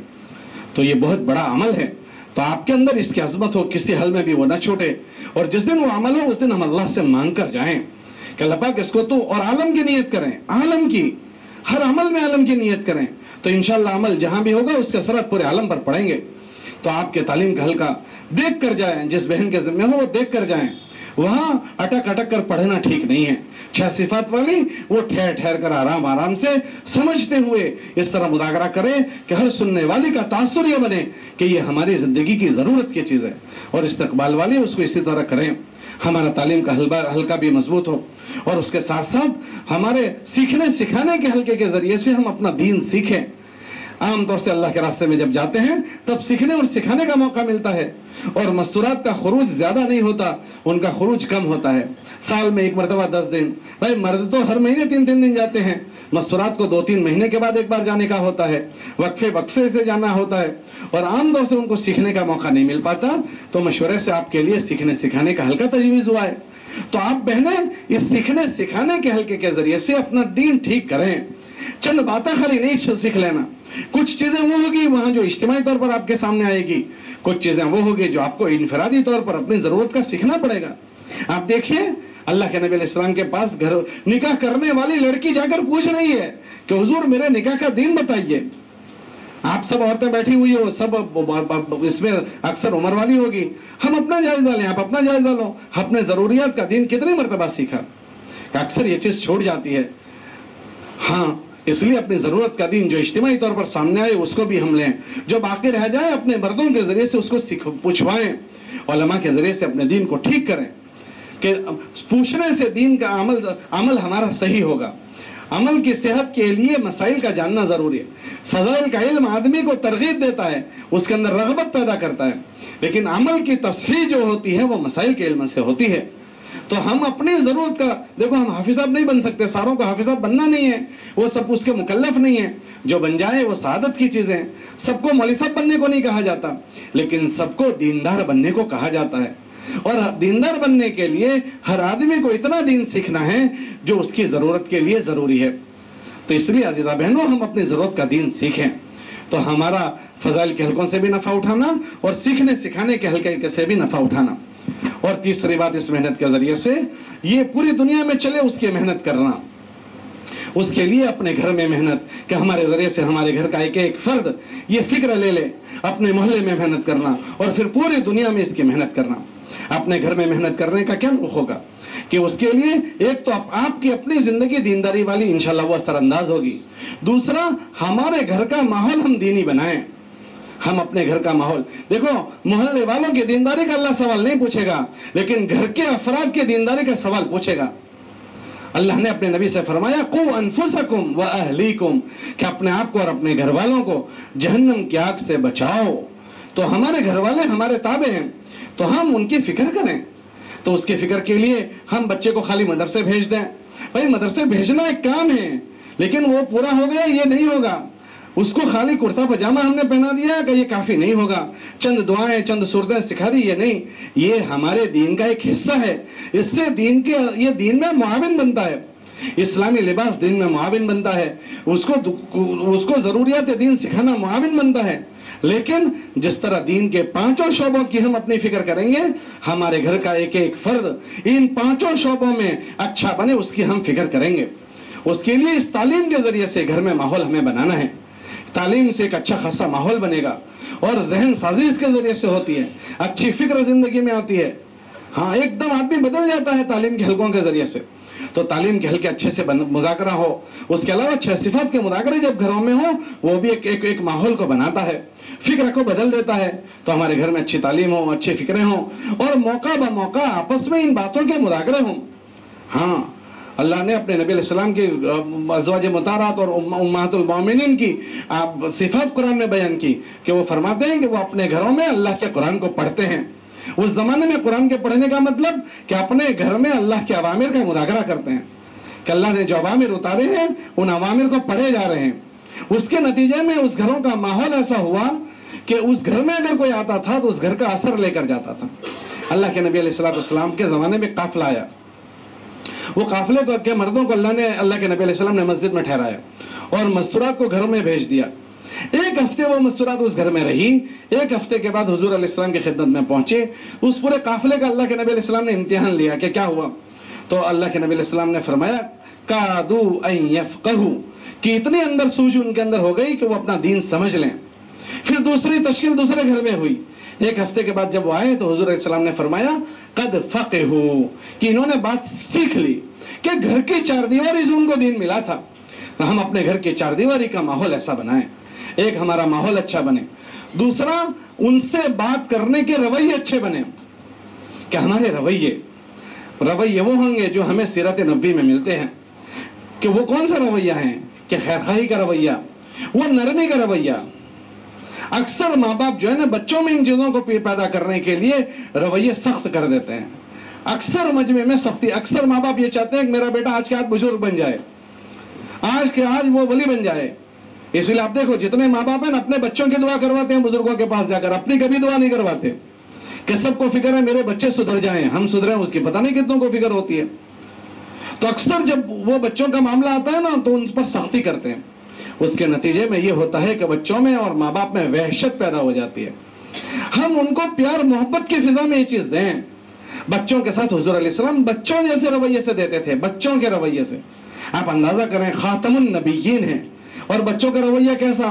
حضور گھوڑا بن گئے گھر میں، گھوڑا، اور گھوڑا بن کر اپنے بچوں کو گھر میں گھما رہے ہیں. ان کی نواسی حضرت امامہ ان کو کندھے پر بٹھا کر بازار لے جاتے تھے. کوئی سوچ سکتا ہے اگر آج کوئی لے جائے گا؟ ہمارے معاشرے میں اتنی ختم ہو گئی کہ اگر کوئی لے جائے گا تو کہیں گا یہ پاگل ہو گیا. گھر میں کوئی گھوڑا بن کر گھومے گا تو گھر کی مستورات دے گی یہ پاگل ہو گیا ہے. کہ حضور علیہ السلام کے گھر میں حضور یہ کر رہے ہیں. دونوں بچوں کو حسن حسین کو کہہ رہے ہیں کشتی کھیلو، کشتی کھیل رہے ہیں، اور ایک جیت گئے اس کو شاباشی دے رہے ہیں. یہ ماحول ہے گھر میں. حضور علیہ السلام نماز پڑھ رہے ہیں اور حسن حسین کیسے کھیل رہے ہیں پتہ ہے رضی اللہ عنہما؟ کہ حضور سجدہ کر رہے ہیں، اس کے پیٹ کے نیچے سے گھوم کر، ان کے پیٹ کے اندر سے گھوم کر باہر نکل رہے ہیں، اور حضور علیہ السلام ناراض نہیں ہو رہے. وہ بچے ہیں. اگر ہم نماز پڑھتے ہیں اور ہمارا بچہ ایسا کر دے تو قیامت آ جائے گی ہمارے گھر میں، کہ ہم نے گھر کا دین نہیں سیکھا ہے. اس لیے عزیزاں بہنوں گھر میں ہمارے رویے اس کا نقصان یہ ہوا کہ ہمارے اور ہمارے بچوں میں گیپ ہو گیا. اب یہ شکل بن گئی کہ ایک دروازے سے باپ داخل ہوتا ہے تو باپ کو دیکھتے ہی بچے دوسرے دروازے سے نکل جاتے ہیں. یہ شکل نہیں بننی چاہیے. سب سے بڑی نقصان دہ شکل ہے. ہمارا دین ہمارے بچوں میں منتقل نہیں ہوگا. آپ دیکھو بہت سارے یہاں سے دنیا سے تبلیغ والے چلے گئے، لیکن ان کے بچوں کو ان کی موجودگی میں دین نہیں ملا. اب ان کے بچوں کے سروں پر کوئی ہاتھ پھیرنے والا بھی نہیں ہے. آپ کی کتنی بہنیں چلی گئی ہوگی کام کرنے والی، آپ سوچ لو، کیا ان کے بچوں کی کوئی خبر لینے والا ہے؟ ہم اپنی فکر کریں، ہماری موجودگی میں ہمارے بچوں کو یہ مل جائیں. اس کے لیے یہ چیزیں تو دینی ہیں، لیکن اس میں جو رکاوٹ آج کل بن رہی ہے وہ ہمارے رویے. اپنے رویوں کو اچھا بنائیں کہ ہمارے بچے آنے کے بعد ہم سے چپک جانے چاہیے، لپٹ جانے چاہیے. ہاں اتنی محبت ان کو ہم دیں، ہم سے ہمارے آنے کے بعد ان کے اندر سہم پیدا نہ ہو، خوف پیدا نہ ہو۔ ہم لوگ ایک جگہ پر ابھی سفر میں گئے تھے، وہاں ایک عجیب و غریب واقعہ پیش آیا۔ کیا واقعہ پیش آیا کہ ایک خاتون، ایک بچہ، وہاں اسلامک سینٹر ہوتے ہیں، تو ایک لڑکا اسلامک سینٹر میں مسلمان ہونے کے لیے آیا، بہت چھوٹا بچہ، تو وہ اسلامک سینٹر میں مسلمان بننے کے لیے آیا۔ تو انہوں نے کہا کہ تو کیوں مسلمان بننے کے لیے آیا؟ کہا مجھے نہیں پتا میں کیوں مسلمان بن رہا ہوں۔ تو پھر تو آیا ہے نا، کہ مجھے تو میری ماں نے بھیجا ہے۔ کہا آپ کی ماں نے بھیجا ہے؟ تو آپ کی ماں کہاں ہے؟ کہ وہ اسلامک سینٹر کے باہر کھڑی ہے۔ تو اچھا جاؤ اس کا بلا کر لاؤ۔ تو اس ماں کو بلایا، تو وہ ماں آئی، تو وہ ماں سے اسلامک سینٹر کے لوگوں نے یہ پوچھا کہ یہ بچہ مسلمان بننا چاہتا ہے، صحیح ہے؟ کہ جی ہاں۔ تو یہ کہہ رہا ہے کہ مجھے میری ماں نے بھیجا ہے۔ تو آپ نے بھیجا ہے؟ کہ جی ہاں میں نے بھیجا ہے۔ تو آپ مسلمان ہو؟ کہ جی میں مسلمان نہیں ہوں۔ تو آپ کیوں اس کو مسلمان بنانا چاہتی ہو؟ تو اس کا جواب، تو اس نے کہا بات یہ ہے کہ میں جس بلڈنگ میں رہتی ہوں، ہمارے پڑوس میں ایمان والوں کے گھر ہیں، تو میں ہمارے وہاں دیکھتی ہوں کہ جب ان کے بچے ہمارے پڑوس کے ہیں، وہ گھر سے نکلتے ہیں تو ان کے ماں گھر والوں سے لپٹ کر نکلتے ہیں، ان کو بوسہ لے کر نکلتے ہیں، اور ایسے ایسے خوش خوش جاتے ہیں، اور جب وہ آتے ہیں تو ان کو ایسے خوش خوش ملتے ہیں، اپنے ماں کو بوسہ لیتے ہیں، ہاتھ کو بوسہ لیتے ہیں، پیشانی کو بوسہ لیتے ہیں۔ اور ہم اپنے معاشرت میں دیکھتے ہیں کہ ہمارے وہاں ہماری معاشرت میں بچے بالغ ہوتے ہی وہ اپنا گھر بسا لیتے ہیں، وہ اپنا گھر بسا لیتے ہیں اور اپنے گھروں میں رہنے چلے جاتے ہیں، پھر وہ ماں باپ کے پاس نہیں آتے۔ ان کے ملک میں ایک دن سال میں ایسا ہوتا ہے جس کو کہتے ہیں مدر ڈے، ماں کا دن، سال میں ایک مرتبہ ملنے آتے ہیں۔ تو میں نے ان مسلمان بچوں کی اس محبت والی زندگی کو دیکھا اور وہ ماں باپ کی محبت والی زندگی کو دیکھا، تو میرا دل یہ چاہا کہ میرا بیٹا مسلمان ہو جائے، تو وہ میرے ساتھ ایسا معاملہ کرے، مجھے اولڈ ہاؤس میں نہ چھوڑائے، کہ ہماری زندگی اوروں کے لیے نمونہ بنتی ہے کہ محبت والی زندگیاں، یہ اس کا فقدان ہے ہمارے گھروں میں۔ ہمارے بزرگ کہہ رہے تھے اپنے بچوں کو دوست بنا کر سنبھال لو، ورنہ دوسرے لوگ گھر کے باہر کھڑے ہیں، وہ ان بچوں کو دوست بنا کر برباد کر دیں گے۔ اور ایک بزرگ کہنے لگے، ہمارے نادر صاحب تھے، وہ انتقال ہو گیا، وہ یوں کہتے تھے کہ جب تمہارے بچوں کے جوتے تمہارے پیر کے سائز کے ہو جائیں تو وہ تمہارا بیٹا نہیں ہے، وہ تمہارا دوست ہے، اس کو دوست بنا کر سنبھال لو۔ ایسی ہی تمہاری بیٹیاں، ہماری بیٹیاں جب وہ بڑی عمر کی ہو جائیں، وہ بیٹیاں ہم ان کو سہیلیاں بنا لیں، سہیلیاں بنا کر ان کو سنبھال لیں۔ ہمارے شہر میں ایک لڑکا تھا، اس سے اس کے باپ بہت پریشان تھے، بہت تھک گئے، اللہ کی شان اس کی زندگی بدل گئی اور وہ اب جماعت کا امیر بن کر جاتا ہے۔ ایک مرتبہ میں نے اس کو پوچھا کہ بھائی یہ ایک دم کیسے ہو گیا؟ کہا میرے ابا نے مجھ پر اتنی سختی کر رکھی تھی کہ میرے ابا کی مجھ میں نفرت آ گئی۔ پھر اللہ کی شان پتہ نہیں کیا بات ہوئی، تو ایک مرتبہ انہوں نے میرے کندھے پر ہاتھ رکھا اور مجھے ریلوے اسٹیشن کے آخری اسٹیشن پر لے گئے اور مجھے باکڑے پر بٹھا کر کہنے لگے بیٹے آج سے ہم دوست ہیں۔ کہا میرے باپ کا یہ جملے نے میرا دل پسیج گیا، میرا دل پگھل گیا، اور میں نے طے کر لیا کہ مجھے غلط رخ کہ ان کی اس رویے سے میں ضدی ہو گیا تھا۔ ہماری بیٹیاں ہمارے رویوں سے ضدی نہ بنے۔ آج کے ماحول میں، محبت کے ماحول میں انہیں یہ چیز دینی ہے۔ کتابوں میں لکھا اللہ نرمی سے جو چیز دیتے ہیں سختی سے نہیں دیتے، اس لیے ہم اپنے گھر کے رویوں کو نرم بنائیں، ورنہ ہماری بچیاں ضائع ہو جائے گی۔ کبھی غفلت ہو جائے، کبھی چوک ہو جائے تو بھی اتنے پیار کے ماحول میں اپنی بچیوں کو ہم کور کر لیں کہ وہ بچیاں ہمیں خیر خواہ سمجھنے لگیں کہ میری ماں میرے ساتھ کبھی کوئی ایسا بات کر ہی نہیں سکتی، وہ ہمیں خیر خواہ سمجھنے لگیں۔ اللہ کے نبی علیہ السلام اس رویے سے لوگوں سے پیش آتے تھے، صحابہ ان کے رویوں کو نقل کرتے ہیں کہ ہر صحابی کے دل میں ایسی حضور کی محبت آ جاتی تھی کہ وہ یوں روایت کرتے ہیں مجھے میرے دوست نے فرمایا، مجھے میرے خلیل نے فرمایا۔ تو ہم کوشش کریں کہ ہمارے گھر میں ہمارے بچے اور ہماری بیٹیوں کے ساتھ ہمارا یہ رویہ ہو، اور یہی رویہ ہمارا محلے کے تعلیم والے ہمارا اپنے محلے والوں کے ساتھ ہو۔ ہم تعلیم میں تو تعلیم والیاں ہیں، اور تعلیم کے بعد محلے والوں کے ساتھ کیسا بھی رویہ ہمارا ہو، پھر اس رویوں سے ہماری بات نہیں چلے گی، کہ اس کے لیے ہماری محلے والوں کے ساتھ ہمارے رویے نرم ہوں، مواخات کے ہوں، مواخات کے، بھائی چارے کے ہوں۔ اللہ نے اپنے نبی علیہ السلام کے دین کو معاشرت سے چلایا، اللہ کے نبی علیہ السلام نے آپس میں ایک دوسرے کو بھائی بنایا تھا، تو محلے کی مستورات کبھی خدا نہ کرے ان کی طرف سے ہمیں کوئی ناگواری پیش آ جائے، ہم اس کو سہ جائیں، برداشت کر جائیں۔ ہمارے بچوں کے ساتھ کبھی کوئی بات ان کی ہو گئی تو ہم لڑیں گے نہیں، جیسے محلے کی اور مستورات لڑتی ہے ایسے ہم اپنے بچوں کی وجہ سے نہیں لڑیں گے۔ ان کا پانی ہمارے گھر کے آ گیا تو ہم کیا اس کے لیے لڑیں گے؟ اگر یہ بات ہو گئی تو تعلیم کے دن تو ہم نے ان کو اچھا تاثر دیا تھا، اور ہماری بد اخلاقی کی وجہ سے جو اثرات پیدا ہوئے تھے سب ضائع ہو جائیں گے۔ اس لیے ہم جھیلنا سیکھیں۔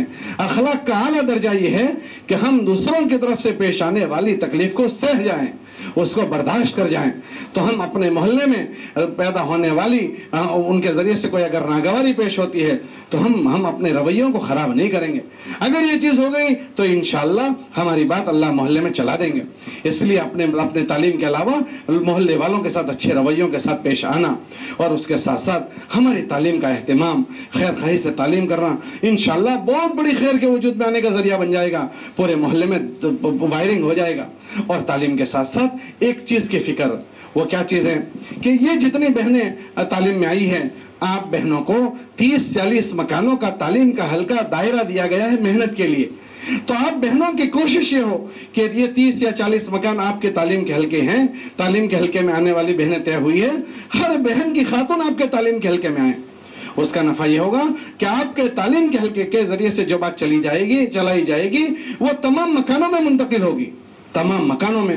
اگر اس میں 10 مکانوں کی بہنیں آ رہی ہے، 15 مکانوں کی بہنیں آئی تو پھر 10-15 مکان کی بہنیں تو آپ کی بات لے کر جائے گی، دوسرے مکانوں میں آپ کی بات نہیں جائے گی۔ تو اس کے لیے آپ کی فکر ہو کہ آپ کی فکر کیا ہو کہ آپ سروے کرو کہ کتنے مکانوں کی بہنیں آئی ہے، کن مکانوں کی بہنیں باقی ہے۔ جن مکانوں کی بہنیں باقی ہیں اس کو آپ ذہن میں لے کر اپنے مردوں کو ان کے نام دو کہ یہ مکانوں کی بہنیں نہیں پہنچی ہے، تو مردوں کے ذریعے سے ان کے مردوں کو فکر دلائی جائے گی۔ ایک تو یہ انشاءاللہ ہوگا۔ دوسرا، آپ ان آنے والی بہنوں کو متفکر کرو، اسی محلے کی بہنیں ہیں، یہ جو بہنیں نہیں آ رہی وہ ایک دوسرے کی پڑوسن ہوگی، تو ان کو فکر دلائیں کہ یہ آنے والی 15 بہنیں آئی ہے، دوسری 15 نہیں آئی، ہم ان 15 بہنوں کو فکر مند کر کے بھیجیں کہ دیکھو عزیزہ بہنوں، یہ ہم سب کے لیے ہیں، دیکھو ہماری یہ 15 بہنیں نہیں پہنچ پائی کسی عذر کی وجہ سے، آپ سب یہ طے کر کے جاؤ کہ جو 15 نہیں آئی ہے، ایک بہن ایک کو آئندہ ہفتے لے کر آئے گی تو یہ 15 کی فکر سے دوسری 15 آ جائے گی، تو آئندہ ہفتے 30 آ جائے گی۔ ہم ڈائریاں جو آپ کے دیکھتے ہیں نا تو اس میں بہت دکھ ہوتا ہے کہ جتنی بہنیں آئی ہیں اور جتنی بہنیں اس محلے میں ہیں اس میں سے 15 پہنچتی ہے، 20 پہنچتی ہے، ایک بہت بڑی تعداد پہنچ ہی نہیں رہی، تو اس کو لانے کی ہماری فکر ہو کہ اپنے مردوں کو بھی ان کے نام دیں، آنے والی بہنوں کو ان کی ذمہ داریاں سمجھائیں، ان کو دائی بنا کر بھیجیں کہ عزیزہ بہنوں اگر ہر بہن ایک بہن کی ذمہ داری لے لے تو آئندہ ہفتے لے کر آئے گی۔ اس کے لیے ان بہنوں کو ملاقاتوں میں نہیں جانا، گشت نہیں کرنا، لیکن چونکہ ہم محلے میں رہتے ہیں اکثر ایک دوسرے سے رابطہ ہوتا ہے تو اس رابطے میں وہ ان کو فکر دلائے گی، تو انشاءاللہ بہنوں میں اضافہ ہوگا۔ اور آپ بہنیں بھی پورے ہفتے اس کو ذہن میں لیں، آپ کا کہیں جانا ہوا، آپ کا کسی کے غمی میں، خوشی میں یا کسی عنوان سے ملاقات ہو گئی تو آپ کے ذہنوں پر یہ چیز سوار رہے کہ ہمارے محلے کی یہ بہنوں کا آنا نہیں ہوتا تو ان محلے کی بہنوں کو ہمیں لانا ہے۔ ارے کبھی آسانی ہو تو گھر عام طور سے محلے میں ایک دوسرے کے اکرام کیا جاتا ہے، کبھی ہم نے کوئی چیز پکا لی اس بہن کے گھر میں بھیج دیں، سالن تھوڑا بھیج دیا، کبھی کوئی چیز بھیج دی۔ کتابوں میں آتا ہے آدمی احسان کا غلام ہو جاتا ہے، المرء عبد الاحسان، ہم ان کے ساتھ احسان کریں، پھر اس احسان کے بعد انشاءاللہ آپ پیغام بھیجو گے نا، انشاءاللہ وہ پیغام رد نہیں ہوگا۔ آپ کے بچے سے پیغام بھیج دیا آپ نے کہ دیکھو امی یہ کہہ رہی تھی کہ آج تعلیم کا حلقہ ہے آپ تشریف لائیں، لیکن اس سے پہلے 2-4 مرتبہ آپ نے تھوڑا احسان کر لیا ہوگا نا، انشاءاللہ وہ آپ کی بات رد نہیں کرے گی۔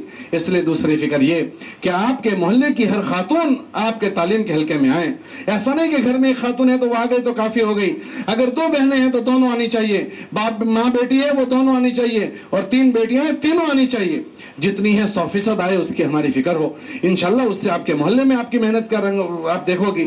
اور پھر اس کے بعد تیسری جو محنت ہے وہ یہ ہے کہ اس فکر کو لے کر ہمیں پوری دنیا میں جانا ہے کہ ہم اپنی ذات کی فکر کریں، گھر والوں کی کریں، محلے والوں کی، پھر اس کے بعد پوری دنیا کی۔ تو پوری دنیا کے فکروں میں آپ کے مردوں کو ہمارے بزرگ فرماتے ہیں مردوں اللہ ہمت دے ہر سال 4 مہینے لگائیں، اس کی ان کو آپ فکر دلاؤ، اور اگر ہر سال ان کے 4 مہینے نہیں لگ پاتے تو کم سے کم ان کا چلہ لگے، ہر مہینے ان کے 3 دن لگے، اور روزانہ مسجد کے ماحول میں وہ جڑیں۔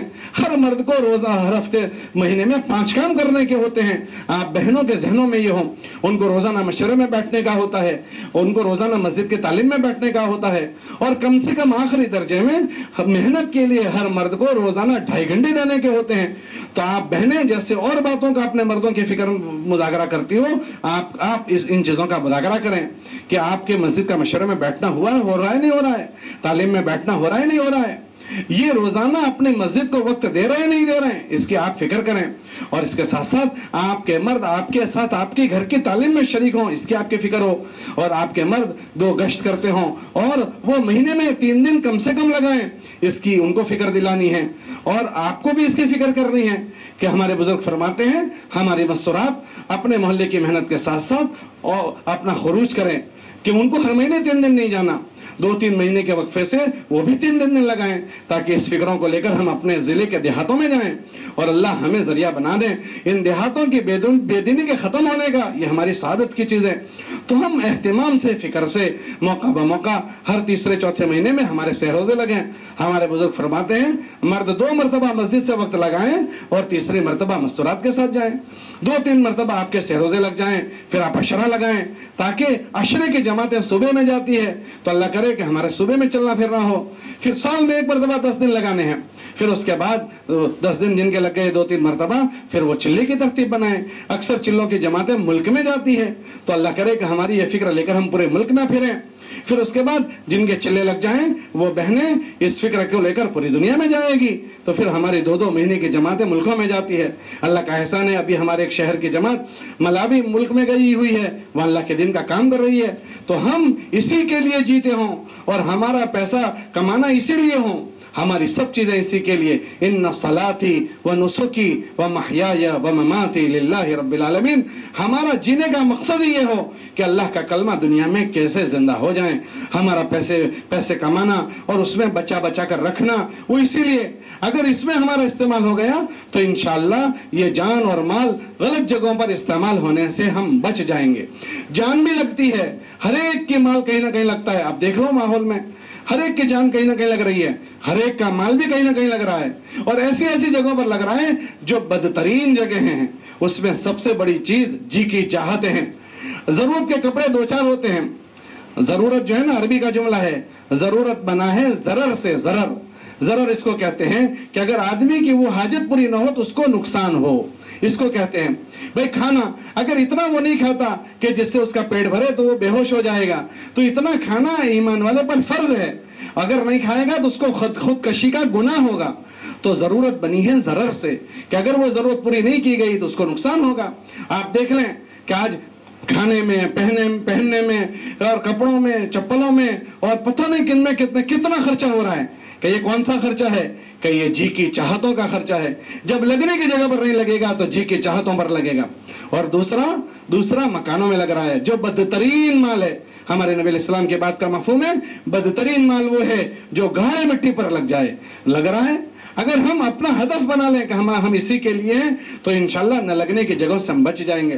اپنے مردوں کو بھی بچائیں اور ہم بھی اس سے بچیں، اور اس کے لیے اپنی تیاریاں کریں، ترتیب دے کر اپنے ہر تیسرے چوتھے مہینے سہ روزہ لگیں، سال میں ہر مرتبہ ہمارے عشرہ لگیں، اور 2-3 سال ہو جائیں، 3 سال کے بعد تیسرے سال ہمارا چلہ لگے، چلوں کے بعد ہمارے بیرون کے سفر ہوں۔ اس لیے آج اس کے عزائم کرو، یہ ہمارے جوڑ اسی لیے ہوتے ہیں۔ یہاں کوئی نئی بات نہیں بتانا ہوتا، کوئی نئی ترتیب آپ کو نہیں بتانی، بلکہ جن باتوں کو ہمیں بتایا گیا ہے اس میں اگر کوئی کمزوری ہوئی ہے، کوئی سستی ہوئی ہے، اس کی فکر ہمارے اندر آ جائے، ہم جاگروت ہو جائیں، ہم سجاگ جیون جینے پر پڑ جائیں، ہماری غفلت دور ہو جائیں۔ اس لیے آپ ہلکے لگاؤ اور اپنی ذات سے جو چیز کرنے میں کمی ہوئی ہے اس میں بھی ہم اللہ سے توبہ استغفار کریں، اور اب اس کو اچھے سے کرنے کی نیت اور خروج کے اعتبار سے بھی جو ہمارے اندر کمی کوتاہی ہوئی ہے اس کی بھی تکمیل کے اب ہیں عزائم آج کرنے ہیں، اس کی نیتیں کرنی ہیں۔ اس لیے ہم مرد بھی نیت کریں گے، آپ وہاں بہنیں نیت کرو۔ اللہ آسان کرتے ہیں، لیکن اللہ کی طرف سے کسی چیز کو آسان کرانے کا ضابطہ یہ ہے کہ ہم اس کو اپنی طبیعت پر سچائی کے ساتھ لیں، اپنی طبیعت پر ہم سچائی کے ساتھ لیں کہ ہمیں مستورات کے کام کو صحیح فکر کے ساتھ، صحیح نہج کے ساتھ اور اصول کی پابندی کے ساتھ اور اپنی ذات سے پابندی کے ساتھ کرنا ہے، تو پھر اللہ توفیق دیں گے، آسان ہوگا۔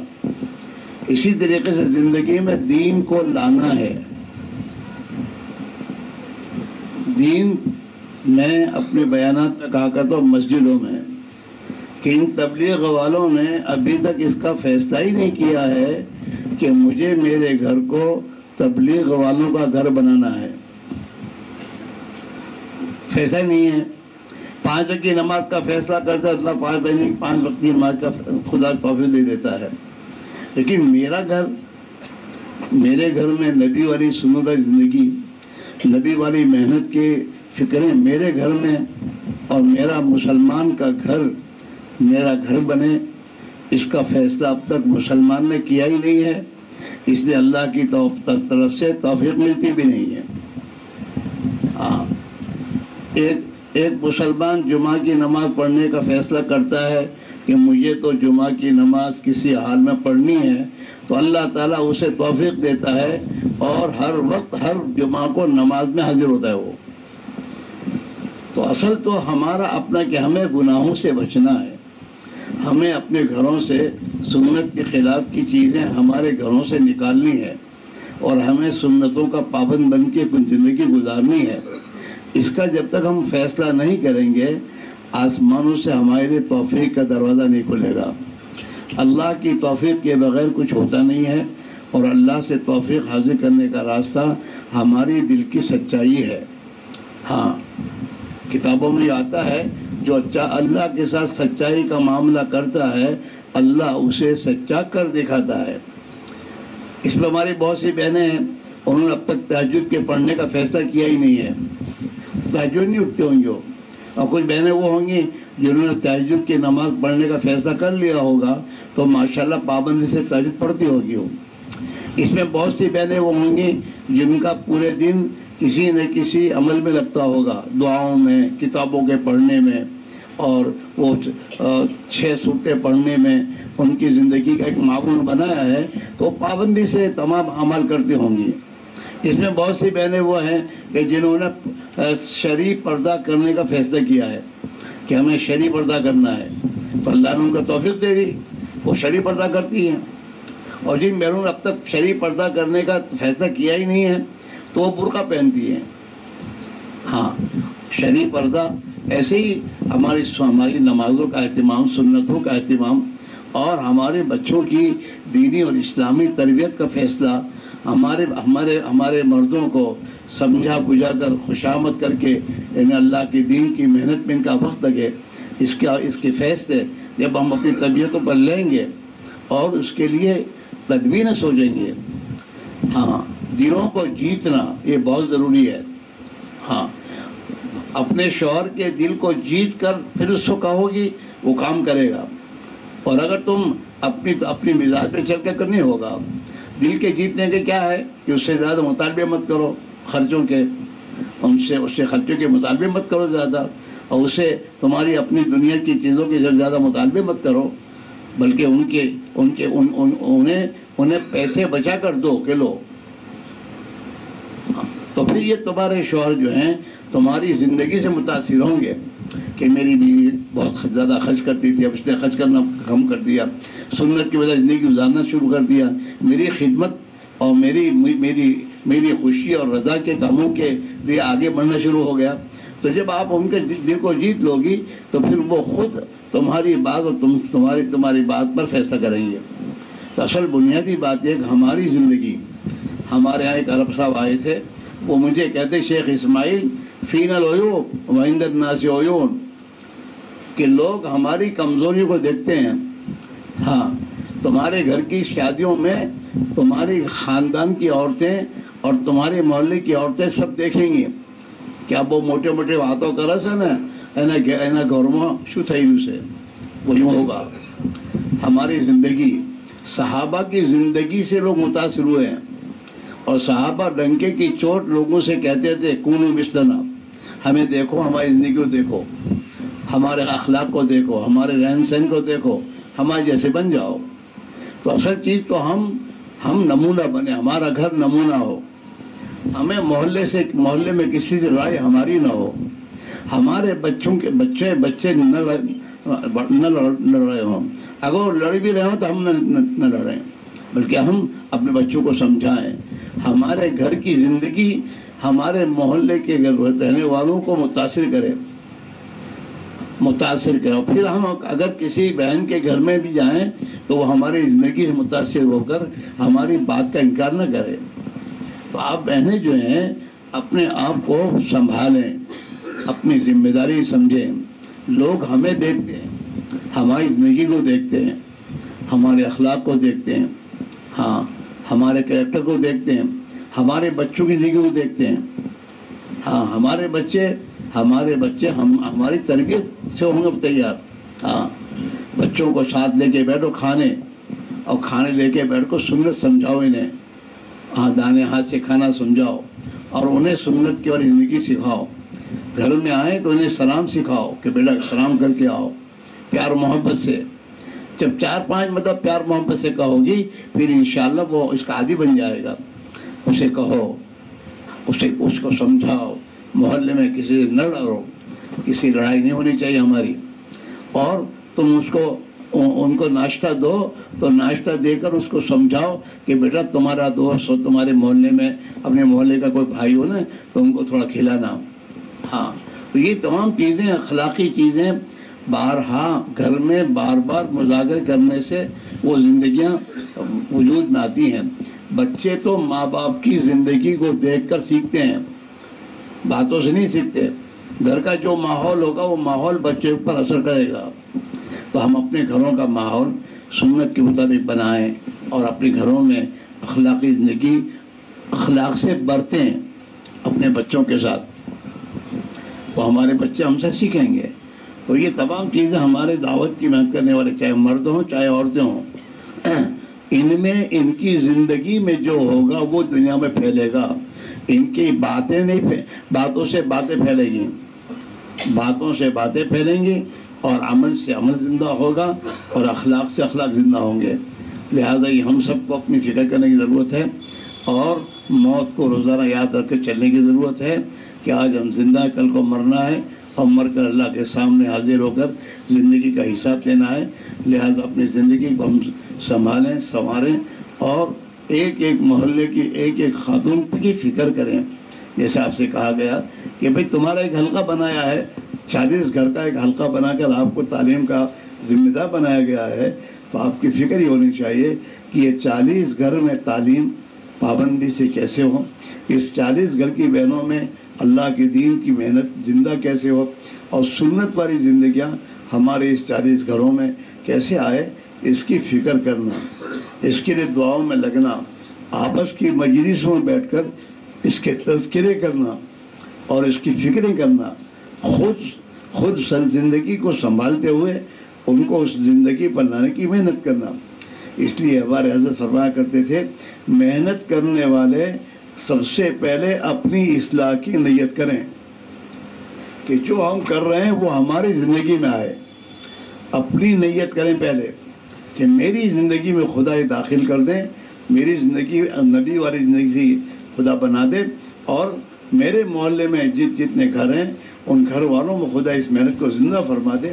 اس نیت سے ہم تعلیم میں جائیں اور تعلیم میں جانے سے پہلے وضو کریں، 2 رکعت نماز پڑھیں، اللہ سے توفیق اپنے لیے اور اپنے محلے کی ماں بہنوں کے لیے توفیق مانگ کر پھر ہم تعلیم کریں اور تعلیم میں ان آنے والی بہنوں کی ہمارے دلوں میں احترام اور ان کے بارے میں ہم حسن ظن کریں، حسن ظن ہمارے اندر ہو کہ اللہ تعالیٰ انہیں توفیق دے گا، یہ اللہ کے دین کی محنت کرنے والی بنیں گے.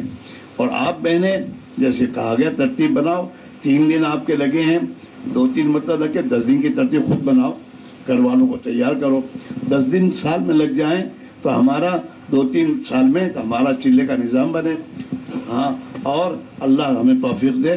ہمارا چلہ 1-2 مرتبہ لگ گیا ہے تو باہر کے تقاضے ہمارے سامنے آتے ہیں کہ باہر ملکوں میں عورتوں کے مسئلہ کی جماعت بھیجنی ہوتی ہے. تو اپنی ترتیب بنائیں، اپنی زندگی کو سادہ بنا کر اپنے مال پیسوں کو جمع کریں باہر کی سفر کے لیے کہ بیرون کا سفر کرنا ہے، وہاں جانا ہے. تو ہماری زندگی میں جتنی سادگی ہوئے گی اتنا ہم دین کے تقاضوں کو پورا کر سکیں گے اور جتنا ہماری زندگی کا کھانے پینے میں اور ہمارے خواہشات میں ہم مال خرچ کرنے والے بنیں گے تو ہمارے پاس پیسہ بچے گا ہی نہیں، تو ہم کہاں جائیں گے باہر ملکوں میں؟ تو ہماری زندگی سادہ ہو اور گھروں کا ماحول سنت کے سانچے میں ڈھالنا ہو، اور گھر والوں کے ساتھ ہم اخلاق اپنے شوہر کے ساتھ، اپنے جوان بچوں کے ساتھ، اپنی بہنوں کے ساتھ، اپنے ساس سسر اور خاندان کے ساتھ ہم جتنا اخلاق سے پیش آئیں گے اتنا ہم ان کے دلوں کو جیتیں گے، اور جتنا ان کے دلوں کو جیتو گی اور جو بات کہو گی تم وہ سنیں گے۔ اس کے لیے آپ بہنوں سے ہماری گزارش ہے، اپنے آپ کو سنبھالو اور سوچو کہ ہم ذمہ دار ہیں، ہمیں لوگ دعوت کا کام کرنے والے اور تبلیغ کے کام کرنے والوں کے نام سے ہمیں پہچانتے ہیں، لہذا ہمیں لوگ اس چشمے سے دیکھیں گے۔ ہماری زندگی میں ایمان ہو، ہماری نمازوں کا اہتمام اور پابندی ہو، ہمارے گھر میں کوئی ملنے آئے اور اذان ہو تو ہم اس کے ساتھ بیٹھے بیٹھے باتیں نہ کریں، بلکہ خود کہیں گے بہن اذان ہو گئی ہے، میں بھی نماز پڑھ لوں، تم بھی نماز پڑھ لو، پھر بیٹھیں گے، تاکہ ان کے دلوں میں نماز کی اہمیت ہے کہ اذان کے بعد ہمیں نماز پڑھنی چاہیے۔ آپ کے گھر میں آئیں تو ان سے اخلاق سے پیش آؤ، ان سے انہیں کچھ کھلاؤ پلاؤ، اور انہیں دین کی کچھ کارگزاری سناؤ، دین کی محنت کے تقاضے ان کے سامنے رکھو۔ اس سے پھر انشاءاللہ ہمارے محلے مثالی بنیں گے۔ ہمارے محلے مثالی بننے چاہیے۔ یہ 30 40 گھر کی جو تعلیم کے حلقے شروع کیے ہیں، اس کی وجہ یہ ہے کہ بھئی 30 گھروں کے ماحول بدلنا چاہیے، اور یہ 30 گھروں کی بہنیں ہفتے میں ایک دن اجتماعی تعلیم میں سب کے سب حاضر کیسے ہوں، حاضر ہوں، اور تعلیم میں حاضر ہونے کے بعد 6 نمبر کے مذاکرے کے بعد آپس میں حلقے بنا کر تھوڑا مذاکرہ کرو، دین زندگی میں آنے کے فائدے بتاؤ، اور دین کے آنے کی محنت کے فائدے بتاؤ، اور اس کے فضائل بتا کر انہیں تیار کرو، تاکہ وہ اہتمام سے خود پابند بنیں اور وہ اپنے خاندانوں پر محنت کریں، وہ بھی اپنے خاندانوں پر محنت کریں۔ اس طریقے سے ایک محنت زندہ ہونے پر انشاءاللہ ہمارا شہر نمونہ بنے گا۔ اس لیے کہ عزیزہ بہنوں، جب کرنے کے کاموں میں آدمی نہیں لگتا تو نہ کرنے کا کاموں میں لگے گا، اور زندگی میں جتنے خرچے بڑھائے جائیں گے اتنی ہماری کمائیاں غلط ہوں گی، جتنے خرچے بڑھیں گے اتنی ہماری کمائیوں میں خرابیاں آئیں گی، اور جتنا زندگی میں سادگی آئے گی اتنا انشاءاللہ ہمارے لیے زندگی گزارنا آسان ہو جائے گا۔ اس کے لیے یہ چیز ہم اپنے تعلیم کے حلقوں میں آپس میں بیٹھ کر اس کو بار بار دہرائیں، اور بار بار اس کو اپنے مجلسوں میں اس کا مذاکرہ کریں، یہاں تک کہ وہ چیز ہمارے گٹ اتر جائے اور ہم اس کو کرنے والے بن جائیں۔ اللہ ہمیں توفیق دے۔ سبحانک اللہم و بحمدک و تبارک اسمک و تعالی جدک و لا الہ غیرک۔ اللہم صلی علی سیدنا محمد و علی آل سیدنا محمد و بارک وسلم۔ اللہم صلی علی سیدنا و مولانا محمد و علی آل سیدنا مولانا محمد صلاة تنجینا بها من جمیع الاحوال والآفات وتقضی لنا بها جمیع الحاجات وتطهرنا بها من جميع السيئات وترفعنا بها عندك على الدرجات وتبلغنا بها أقصى الغايات من جميع الخيرات في الحياة وبعد الممات إنك على كل شيء قدير۔ اے اللہ تو ہمیں اور پوری امت مسلمہ کو معاف فرما دے، ہمارے گناہوں کو معاف فرما دے۔ اے اللہ تیرے دین کے اور تیرے احکام کے بارے میں ہم سے جتنی کوتاہیاں اور جتنی سستی ہوئی ہے اے اللہ اسے تو معاف فرما دے۔ ہمیں تیرے دین کی عظیم محنت کو اپنی ذمہ داری سمجھ کر کرنے کی توفیق نصیب فرما دے، اور اے اللہ اصولوں کی پابندی کے ساتھ، اور اے اللہ تیرے دین کے تقاضوں کو سامنے رکھ کر اے اللہ ہمیں زندگی گزارنے کی توفیق نصیب فرما دے۔ اے اللہ دنیا سے زیادہ ہمیں آخرت کا فکر نصیب فرما دے، اس کی برکت سے ہماری دنیا کو تو آسان فرما دے، حلال پاک طیب برکت والی روزیہ میں نصیب فرما دے، حرام کے لقموں سے تو ہماری حفاظت فرما دے۔ اے اللہ وہی اپنے فضل و کرم سے ہمارے جمع ہونے کو قبول فرما، ہماری محنتوں کو قبول فرما، اور ہمیں صحیح محنت کرنے کی توفیق نصیب فرما۔ اے اللہ اپنے پورے دین کو پوری حقیقت کے ساتھ اے اللہ خصوصاً ہماری اس بستی میں اور پورے عالم میں عموماً اے اللہ اپنے پورے دین کو پوری حقیقت کے ساتھ اور پوری امت میں تو زندہ فرما دے، اور اے اللہ ذریعہ و بہانے کے طور پر اس محنت کو قبول فرما لے۔ اے اللہ وہی اپنے فضل و کرم سے ہمارے عزائم ارادوں کو تو قبول فرما لے، اور اے اللہ ہمیں تیرا بندہ بن کر اور تیرے نبی کا امتی بن کر جینے کی توفیق نصیب فرما دے، اور اے اللہ تو یہ اپنے فضل و کرم سے گناہوں کی نفرت ہمارے دلوں میں پیدا فرما دے، اور اے اللہ سنت کے خلاف کے جتنے طریقے اور رسومات ہماری زندگی میں آئے ہیں اس کی نفرت ہمارے دل میں پیدا فرما دے، اور ہمارے گھروں میں اور زندگی کے ہر شعبے میں تیرے احکام کو اور تیرے نبی کے پاکیزہ طریقوں کو اے اللہ زندہ فرما دے، اور ہمیں اے اللہ اس کے مطابق زندگی گزارنے کی توفیق نصیب فرما دے۔ اے اللہ موت تو روزانہ قریب آ رہی ہے، ایک دن موت آنی ہے، موت کا کڑوا گھونٹ پینا ہے۔ اے اللہ قبر کی وحشتناک منزل سامنے ہے۔ اے اللہ سکرات موت میں تو ہماری مدد فرما، سکرات موت میں تو ہماری مدد فرما۔ اے اللہ جب تک دنیا میں اے اللہ جینا ہمارے لیے بہتر ہو، ہمیں زندگی نصیب فرما، اور اے اللہ ہم اپنی زندگی کو تیری رضا والی زندگی کو تیرے رضا والے کاموں میں اے اللہ زندگی کا ہر لمحہ اور مال کا ہر پیسہ تیری منشا کے مطابق تیرے دین کے تقاضوں پر ہمیں لگانے کی توفیق نصیب فرما، اور اے اللہ خیر کے کاموں میں آگے بڑھنے کی توفیق نصیب فرما، اور جب اے اللہ دنیا سے جانا تیرے ہاں خیر ہو تو اے اللہ ہمیں دنیا سے ایمان کی سلامتی کے ساتھ ہمیں موت نصیب فرما، اور اے اللہ ہر قسم کے شر و فتن سے تو ہماری حفاظت فرما۔ اے اللہ تو ہم سے راضی ہو جا، ہمیں اپنے سے راضی فرما دے، تو ہمارا ہو جا، ہمیں اپنا بنا دے۔ اے اللہ جو کچھ تو نے صحابہ کو دیا اے اللہ وہ ہمیں بھی نصیب فرما دے، بغیر استحقاق کے ہمیں نصیب فرما دے۔ وہ ایمان کی حقیقت، وہ نماز کی حقیقت، وہ علم و ذکر کی حقیقت، وہ اخلاق و اخلاص کی حقیقت، اے اللہ تیرے راستے کی محنت کی حقیقت ہمیں عطا فرما دے، اور اے اللہ اپنی زندگی کو اے اللہ ان اعمال میں مشغول کرنے کی توفیق نصیب فرما دے، ہمیں مسجد والا بنا دے، اور مسجد والی زندگی ہمارے گھروں میں زندہ فرما دے، اور اے اللہ ہماری زندگیوں میں اے اللہ خواہشات سے ہٹ کر تیری اطاعت والی زندگی میں نصیب فرما دے، اے اللہ تیرا احکام والی زندگی میں نصیب فرما دے، اے اللہ ہمارے اخلاق کو تو درست فرما دے، اے اللہ ہمارے اخلاق کو درست فرما دے، اخلاق حمیدہ ہمیں عطا فرما دے، اور اے اللہ رذائل سے تو ہمیں پاک فرما دے۔ جناب رسول اللہ صلی اللہ علیہ وسلم نے جو خیر کی لائیں گی دعائیں مانگی ہیں ہم تجھ سے مانگتے ہیں ہمیں عطا فرما دے، جن شرور سے اپنے پناہ چاہیے ہم پناہ چاہتے ہیں ہمیں پناہ نصیب فرما دے، جو مانگا وہ بھی عطا فرما دے، جو مانگنا چاہیے نہیں مانگ سکے اپنے فضل و کرم نصیب فرما دے۔